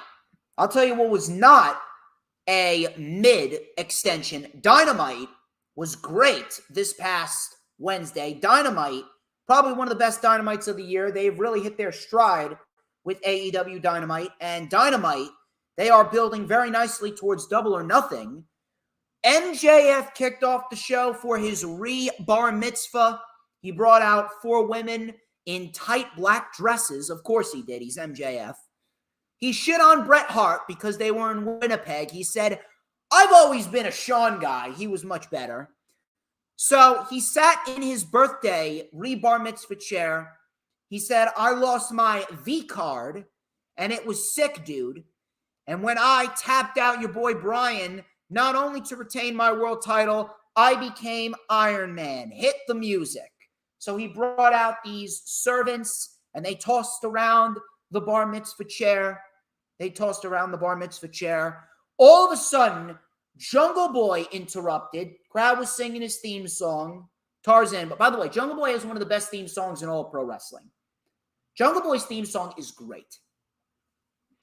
So before he could even get a word out, Sammy Guevara came out. And then Darby came out. We got ourselves the 4 pillars of AEW standing in the ring at the same time. And MJF was pissed. He goes, "What do you want?" And they all said in unison, "I want a title match." So Jungle Boy spoke first. Jungle Boy, he said, "The last time that we wrestled was at Double or Nothing 2020 in the pandemic during the hot summer weather, and you cheated to win. Our lives went in very different directions as I wrestled the majority of the pandemic on Dark. You get to walk around doing whatever the hell you want. We all have to sit back and watch you do the same hokey bullshit for 4 years." Crowd was chanting hokey bullshit. "The first step in changing this place is taking the title from you." MJF then said, unlike the three of them, he's actually a star. Sammy then said, "You better shut up, Max, before I turn this re-bar mitzvah into a re-circumcision," which, by the way, I laughed at. I thought that was one of the best lines that Sammy's ever delivered. That was a great one-liner. He goes, "I had to grind on the indies to get here. I had to work at Subway to get here. And when I got here, I was told that I was merely supposed to be the Inner Circle's job guy. And I became a champion 3 times over.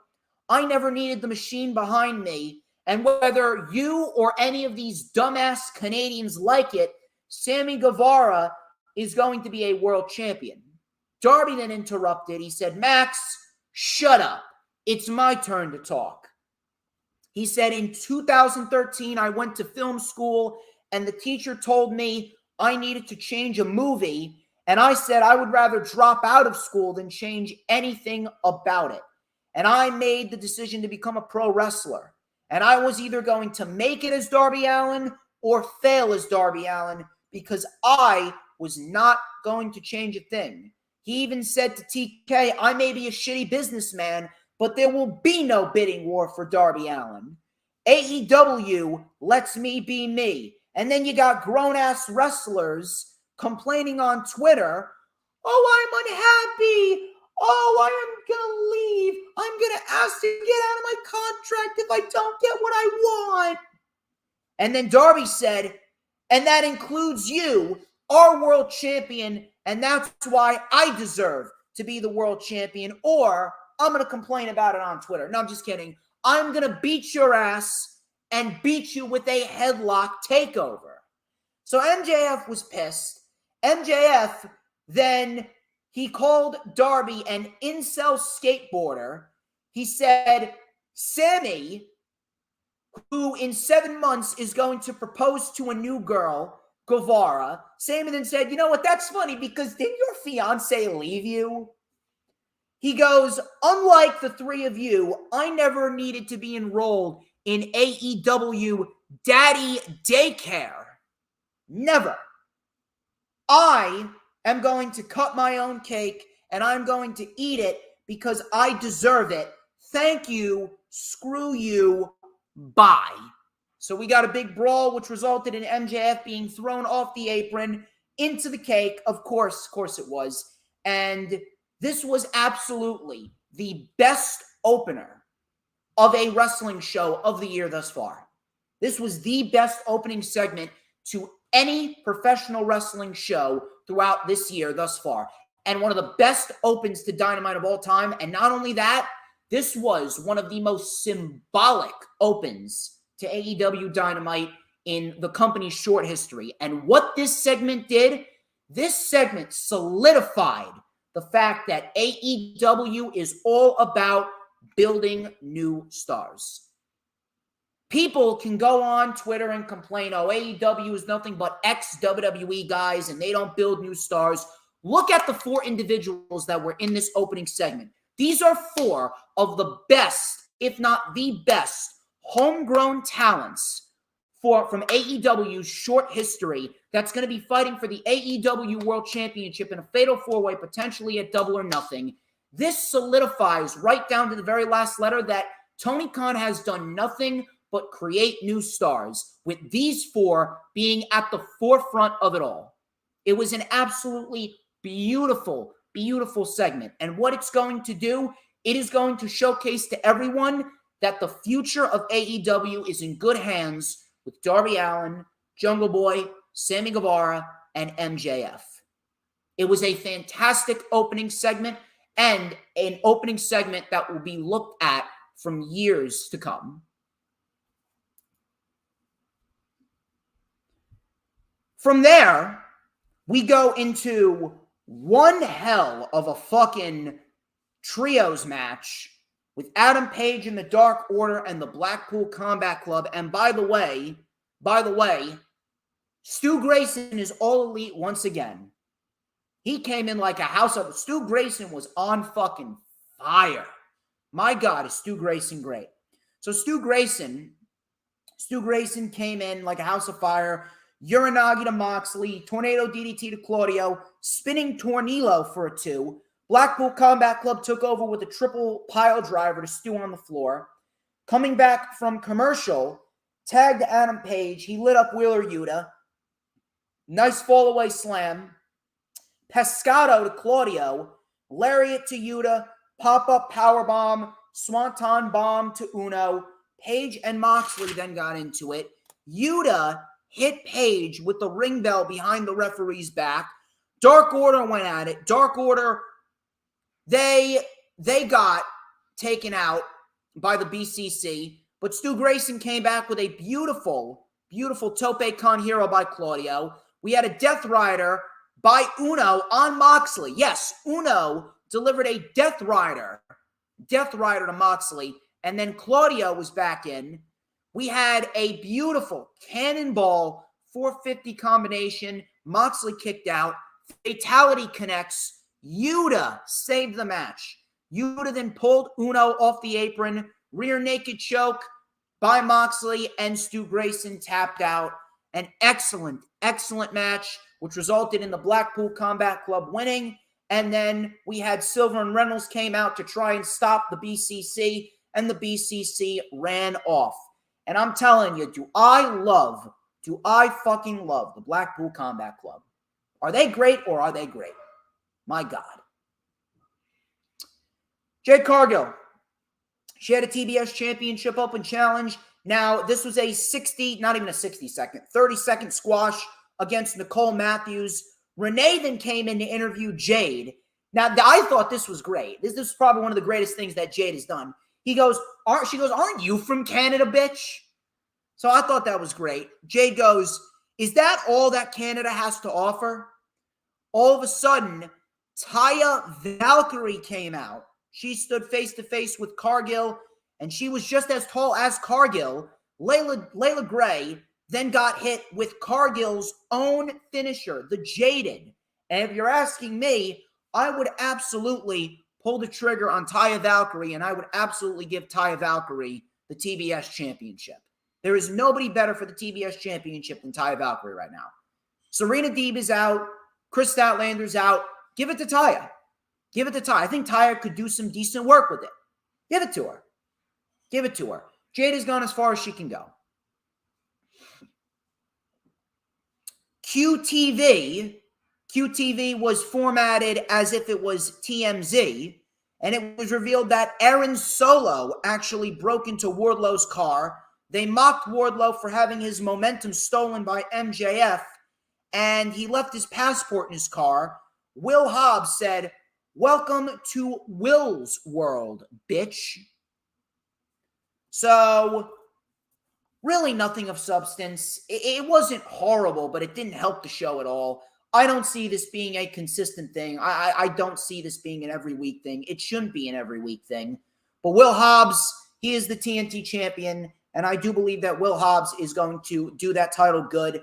I'm going to be watching his match against Rey Fenix after I'm done and I work out and all that shit. But I heard that it was great. I'm looking forward to seeing how that turned out. We had Jeff Jarrett and Orange Cassidy for the AEW International Championship. And Jeff Jarrett, he had a couple of close calls here where a lot of people thought he was going to win the championship. Now listen. We need to see Jeff Jarrett a lot less. We do. We need to see Jeff Jarrett a lot less on AEW television. But at the end of the day, I have to admit that Jeff Jarrett has been putting on some pretty entertaining matches. I can't deny that. We have had some pretty entertaining matches with Jeff Jarrett and whoever he steps into the ring with. He has. For what? Pushing 60, he still looks good. And you know what? He's putting over the young talent. And to be quite honest with you, the only reason why Jeff Jarrett is really on television, for me at least, is that maybe he wants to be on television to put over the young talent. Maybe he's on television because he just loves the business. Maybe Jeff Jarrett just simply wants to work with the young talent and he wants to help get them over because at the end of the day, anyone that punches Jeff Jarrett is automatically the biggest babyface on the show. Which, listen, I get it. I get what he's saying, but I'm not going to sit here and tell you, yeah, they need the Jeff Jarrett rub. They don't. We could do without Jeff Jarrett. We could really do without him. But,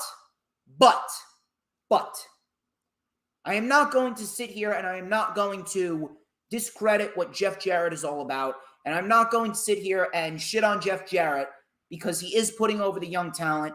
I could do a lot less without him. So I would like him to take on more of a backstage role rather than an on-screen role. But you know what? This match with Cassidy was actually a lot better than I expected. And you know what? The crowd actually made this match better than it was. The match was basic. The match was pretty basic. But the crowd made it better than it was. So Jeff Jarrett did his strut. He was just being cocky as shit. Jarrett then with a body slam. And then he mocked Orange Cassidy. Cassidy then with the chops. Jarrett took over, coming back from commercial. Jarrett then wore down Cassidy. He locked in a sharpshooter on Cassidy. Pretty decent looking sharpshooter. Cassidy reversed it into a sharpshooter of his own. We had a knee breaker by Jarrett into a figure four. Cassidy did not give up. Cassidy mounted a comeback. The ref accidentally collided with Cassidy. Jarrett got his guitar. Aubrey Edwards came out and prevented Jarrett from using the guitar. Satnam Singh had the guitar. Aubrey caught him and ejected him and Sanjay Dutt. Cassidy hit the satellite DDT. Jay Lethal then came out from nowhere and hit Cassidy with the Golden Globe. Cassidy barely kicked out. Trent then came out to take out Jay Lethal, and Orange Cassidy hits the Orange Punch to get the win. He retains the International Championship, and Orange Cassidy continues his run with the championship. And right now, Orange Cassidy is probably on the best run of his career. Not even lying. He's probably on the best run of his career. The Outcasts. Outcast came out and cut a promo. The crowd booed. Ruby then said the grass was greener on the other side in AEW, and then a couple of dogs pissed all over that grass. So Saraya, she called the crowd twats, which I actually laughed at. I actually thought that was hilarious by Saraya. So she said, without us, you wouldn't have a division. I am a miracle, and I don't expect anything less from a bunch of neckbeard twats. So Tony then said, she was interim champion with a smile on my face, and then your champion cheated to win, and you loved it. You need us. We are the Outcasts, and we ain't going anywhere. Hayter then and Baker then came out, and we got a big brawl. Britt then got the belt. She got it like a leather belt. She was actually going to whip Saraya with it before the numbers caught up to them. Destination Unknown on Britt, Storm Zero on Hayter, Riho, Sky Blue, and Willow Nightingale then ran off the Outcasts, and it looks like that's a trios match that they're going to be doing going forward because, again, those are the homegrown AEW talents. Those are the homegrown AEW talents, and the Outcasts have got to beat them, but I do indeed believe that in the end of all of this, this will indeed result in Thunder Rosa making her return, and we're going to get a trios match with Thunder Rosa, Britt Baker, and Jamie Hayter versus the Outcasts. But I do believe that before then, I do believe that we're probably going to get a Women's World Championship match, possibly with Jamie Hayter and with Toni Storm. That should be one hell of a match. And maybe we get a match with Jamie Hayter and Riho. Who knows?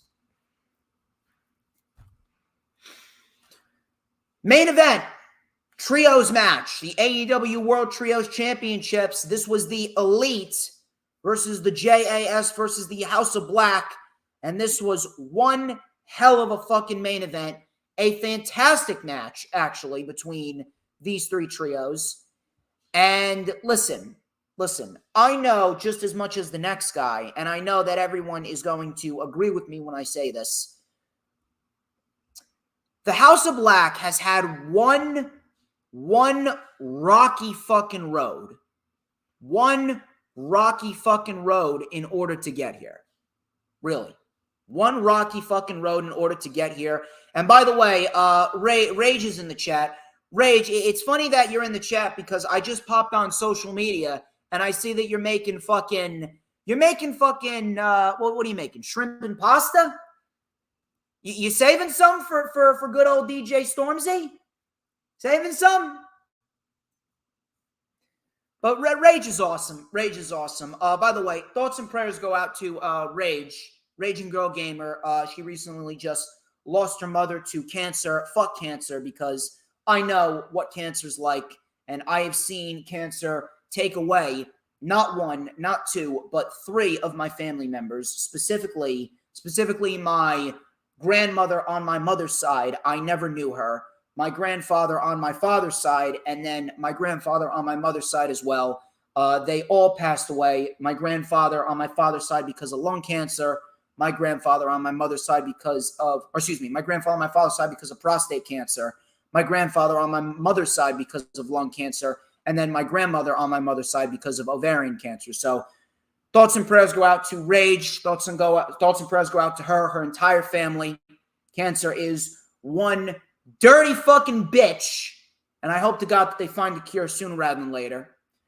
But as far as the House of Black goes, the House of Black has had one bumpy fucking road to get here, whether it be not getting enough TV time or, personal shit going on in which they needed to take some time away. But in the end, I can confidently say that the House of Black are where they need to be. They are looking strong. They are dominant as a trio. They are winning. They are the trio's champion. They're winning matches clean. We have not seen, ever since the House of Black has come back, we have not seen the House of Black using the Black Mist. They beat the Elite clean, and then they beat the Elite and the JAS clean. This is exactly what we need from the House of Black. This was a tremendous match. It's impossible for me to go over everything. Just know that there were a ton of high spots, and shit was all over the place. House of Black won thanks to the Dante's Inferno on Daniel Garcia. The House of Black retain. Right outcome here. And in the end, we got a big brawl as the BCC, Hangman, and the Dark Order continued their brawl from earlier in the night. And the Elite stood right behind Hangman Page. And Hangman was unaware, and the BCC backed off. And if you're asking me, it looks like we could see a potential blood and guts match with the Elite versus the BCC. Do they bring back Bryan? I don't know. Do they bring back Punk? Is CM Punk going to resurface and join the BCC for one night to take out the Elite? I don't know. I mean, that would be one hell of a fucking shocker. Really. That would be one hell of a fucking shocker. But Dynamite was one hell of a show. And Tony Khan, he's been hitting his stride. I could do with the fact that he needs to spread out some responsibilities. But regardless, we got ourselves a great show, an excellent show this past Wednesday. Just a brief discussion about Ring of Honor. They are building up Supercard of Honor very nicely. And we got a lot of great wrestling this past Thursday on Honor Club. We had Willie Mack versus Claudio. And they got this new thing. It's called a Ring of Honor Proving Grounds match, where if you can beat the champion, or if you can at least last 10 minutes with the champion, then you know what? You can get a championship match. I actually like the stipulation of, hey, if you can last 10 minutes with the champion, you'll get a championship match. I think that that's a great move, actually. That's a phenomenal move. I actually hope that they institute that more often, actually. Because you know what? It can develop some decent stories, and it prevents the champion from being pinned. The champion doesn't need to take a loss. So, hey, you can last 10 minutes with the champion. You get a match. I like that. I think that's a great move. So, with Ring of Honor, we had some great wrestling with Willie Mack and Claudio. We also had Dante Martin and Mike Bennett, which to me was the match of the night. We also had Clark Connors and Wheeler Yuta.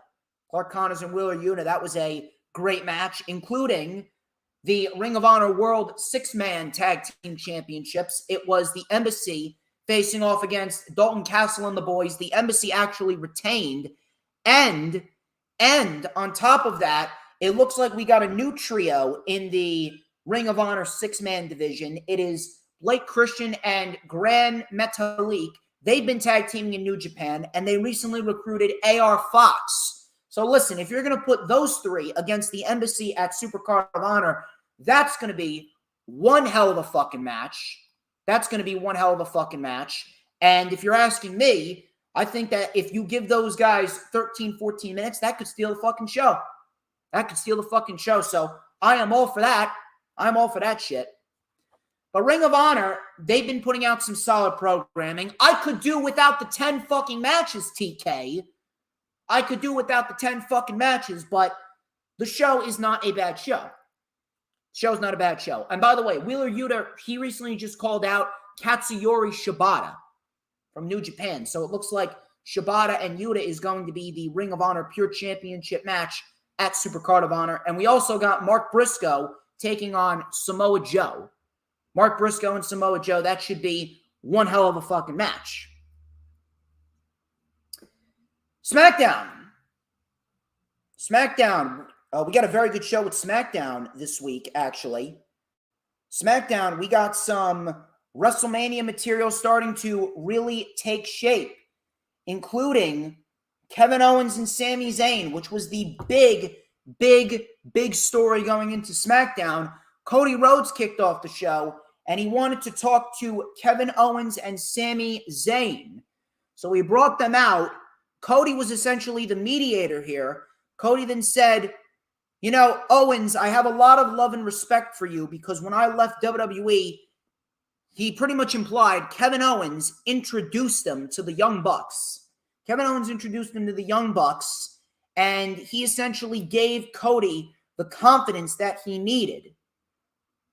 Why don't we have a conversation? So Sami then said, I haven't heard anything that you had to say. I feel like throughout the years, we always found a way to get back on the same page. So why is this time so different? If you need to punch me in the face, then do it so we can get back to fighting together. Owens said, can I leave now? Did you get what you want? He goes, did I get what I wanted? I think that we are in the people-pleasing business, Kevin. It's not about what I want. It's about what they want, and they all want to see you on the same page. So Sami then said, I want that, and if we can come together, we can be the ones to bring down the ones. We just need to work together. Owens then said, I've heard it. I get it. Why would I fight for someone that doesn't even want to be my friend, though? Cody then said, listen, I'm all set, Cody. Thank you. So Owens left. Cody and Sami were not too happy. But this is what happened before Owens left the arena. Sami Zayn caught Owens just as he was about to leave, and he said, listen, we are friends, and no matter what happens, just know that I love you, man. And Owens, he looked back at Sami, looked into the car, looked back at Sami, and just drove away. He just drove away. I thought this was brilliant. Brilliant. And this was something that played out throughout the night. It's brilliant. Brilliant with what they were doing. And what happened later on in the night made it all worth it. From there, we go into a match with Dominic and Rhea versus Zelina Vega and Santos Escobar. Here's what I need to say. Here's the one thing I will say about this. Now, this was a fun little match, and Rhea Ripley continues to look great, but the one thing I want to focus on here, the one person I want to focus on here is Zelina Vega. I want to focus on Zelina Vega specifically.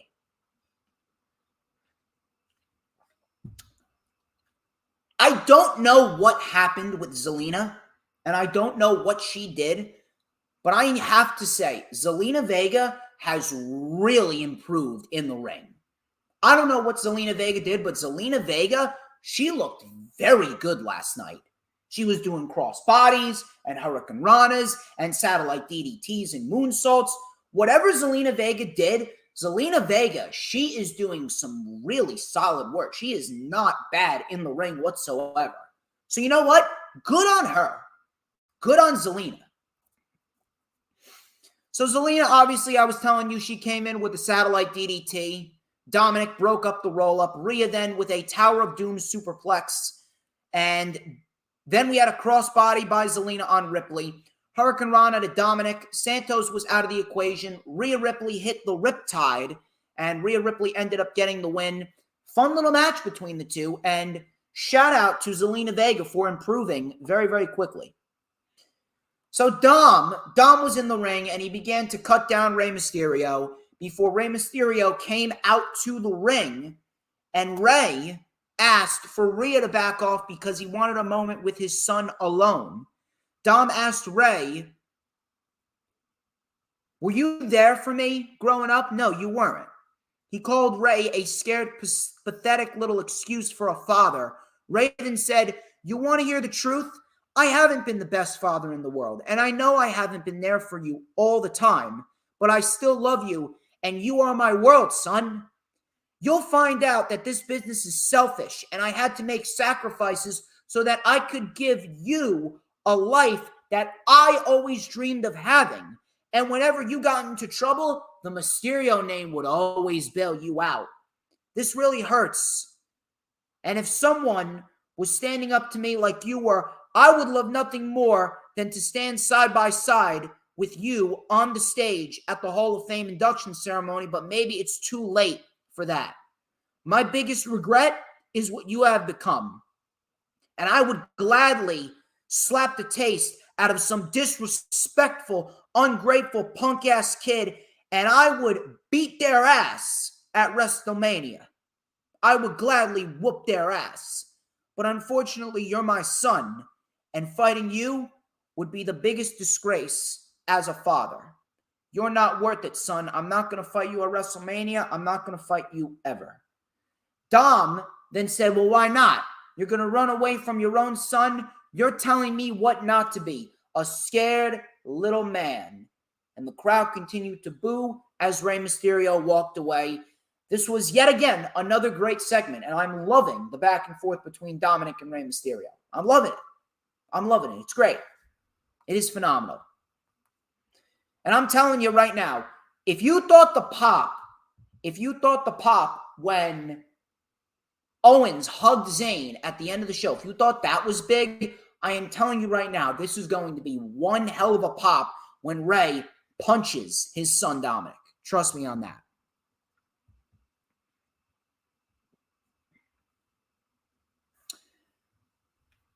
We then got Raquel Rodriguez and Liv Morgan, and we got them taking on Emma and Tegan Nox. Now, apparently, WWE is doing a fatal four-way match with the women and then a fatal four-way match with the men at WrestleMania. Now, I'm not sure if this is going to result in a number one contenders match to see who fights the tag team champions next. If you're asking me, that's what I would do personally. I would absolutely do a number one contenders match. And I would absolutely have someone like the Alpha Academy or maybe the Viking Raiders win. If you're just putting these 8 teams on the show, four women teams and 4 men teams, if you're just putting them on the show just for the sake of putting them on the show, fuck that. Fuck that. If they're on the show, this better be a number one contenders match. It must have stakes. I am not for putting people on the show to merely just get them on the show. It's stupid. Stupid. But Liv Morgan and Raquel won this match pretty quickly. No substance at all. I didn't give a shit. And if you're asking me, I still don't know why they have women's tag team titles. But then again, this is WWE at the end of the day. Charlotte Flair, I'm forgetting this code. What's this code? What is it? I'm trying to think. Let me take a drink. What is it? Is this code? What is this code? I'm trying to take a look. Code. It's like a thing that we say on the channel every week. Every time we talk about Charlotte Flair, there's this code. Oh yeah, fuck Charlotte Flair! Fuck Charlotte Flair! So Charlotte Flair came out to address her reign as champion and how the Flairs were always champions, how she's always been the star. Rhea Ripley can't be the champion until she goes through me, and she can't go through me. Rhea, she then came out, as did Dom. Rhea then said, "You're 100% right. I chose you. We will get back to Bianca sooner rather than later, but when I walk through the locker room, they all walk away in fear except for you. You're staring me down without an ounce of fear, and quite frankly, that pisses me off. You've been a 14-time women's champion for a reason." Yes, she has been. Her last name. Because if you're asking me, does Charlotte deserve to be a 14-time women's champion? No. Nobody deserves to be a 14-time women's champion in the short amount of time that Charlotte Flair has been a professional wrestler. Nobody does. You're not a 14-time women's champion just for the fucking hell of it. Fucking stupid. She is a 14-time women's champion for a reason. Her last name. So Rhea said she needs to be a star, and you're going to learn to call me champion, and you'll learn to fear me. So Dom then got in Rhea's face. Flair then got caught with a cheap shot. She got caught with a cheap shot, and she left Charlotte. But as Rhea was leaving, Charlotte then went after Rhea. The refs then came out to separate them. Charlotte accidentally booted a security guard. Charlotte then jumped off the announce table onto Rhea Ripley, and then they brawled into the barricade. Now, first off, was this terrible? No. I'm not going to sit here and say it was terrible because it wasn't. This was not terrible. Is it WrestleMania main event worthy? No, because regardless of whether or not this was decent or not, at the end of the day, it does not change the fact that Charlotte still is a dead act. Charlotte is a dead act. It is. Plain and simple. She's not a draw. She is not a top-tier marketing ploy. She is not worthy of main eventing WrestleMania. She's not. She is not.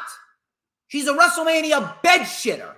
She buried Asuka at WrestleMania 34, shit the bed in the main event of WrestleMania 35, buried Rhea Ripley at WrestleMania 36, and then shit the bed in a terrible match with Ronda Rousey at WrestleMania 38. Charlotte Flair has built a reputation on shitting the bed when it comes to WrestleMania.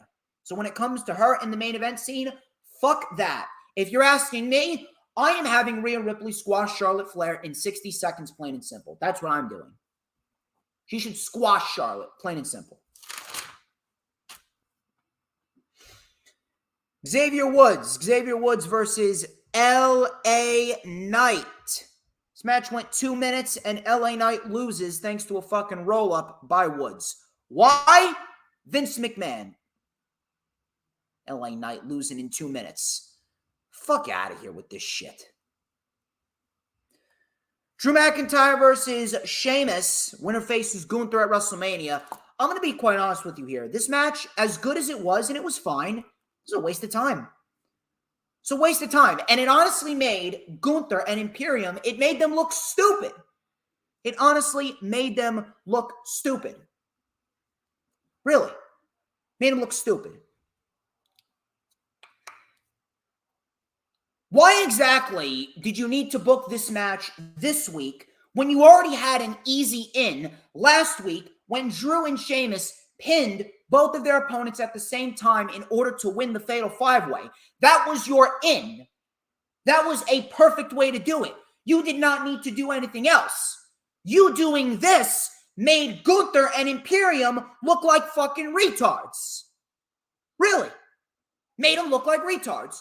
You pretty much essentially made yourself look like an idiot, and you gave yourself a harder night at WrestleMania. Now, we're getting the match. Is it going to be a great match? Hell yeah, it's going to be a great match. Could be the match of the fucking year. Could be the match of the fucking year.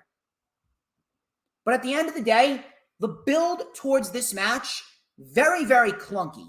And it honestly made Gunther and Imperium look stupid. The match should have been confirmed after last week. Should have been set, signed, sealed, and delivered, confirmed after last week because of what happened. This week was counterproductive. But we got the match.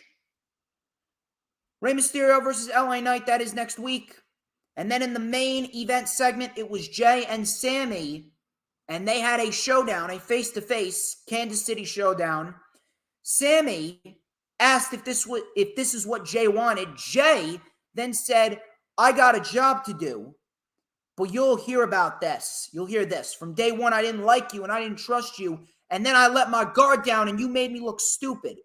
I called you my brother, but you've always been a fake-ass oos. I got no choice. Sammy then said, no, Jay, that's where you're wrong. You've always had a choice.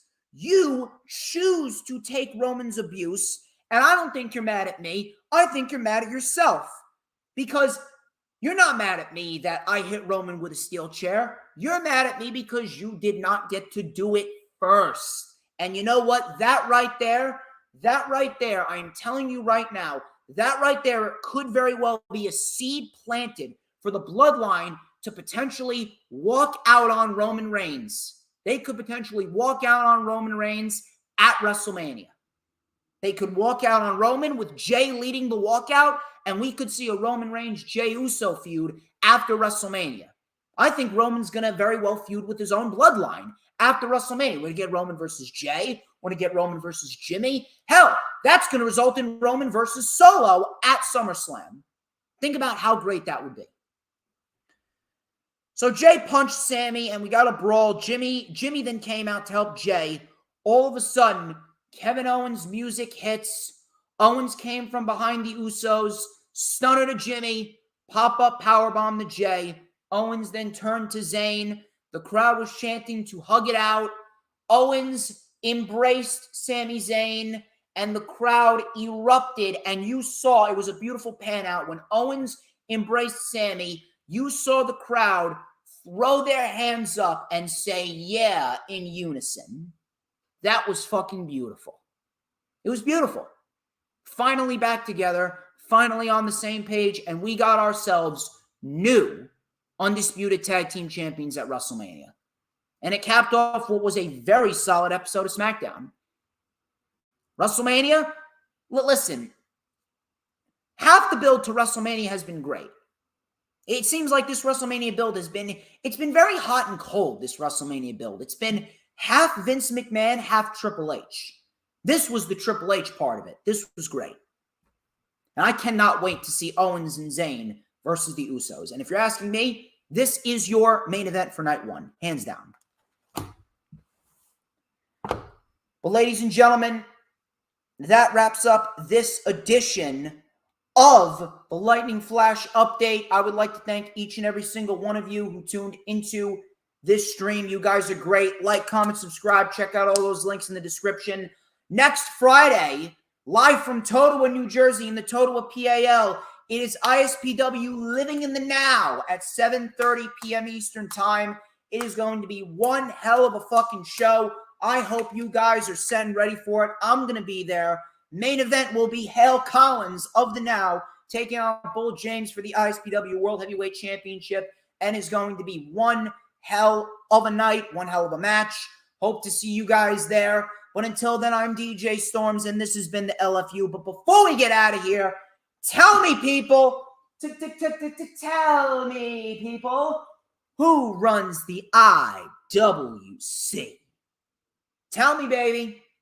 Tell me. I want everyone to say who runs the IWC, and I'm going to tell you right now, so that way everyone will be educated as to who runs it and who's always going to be running it.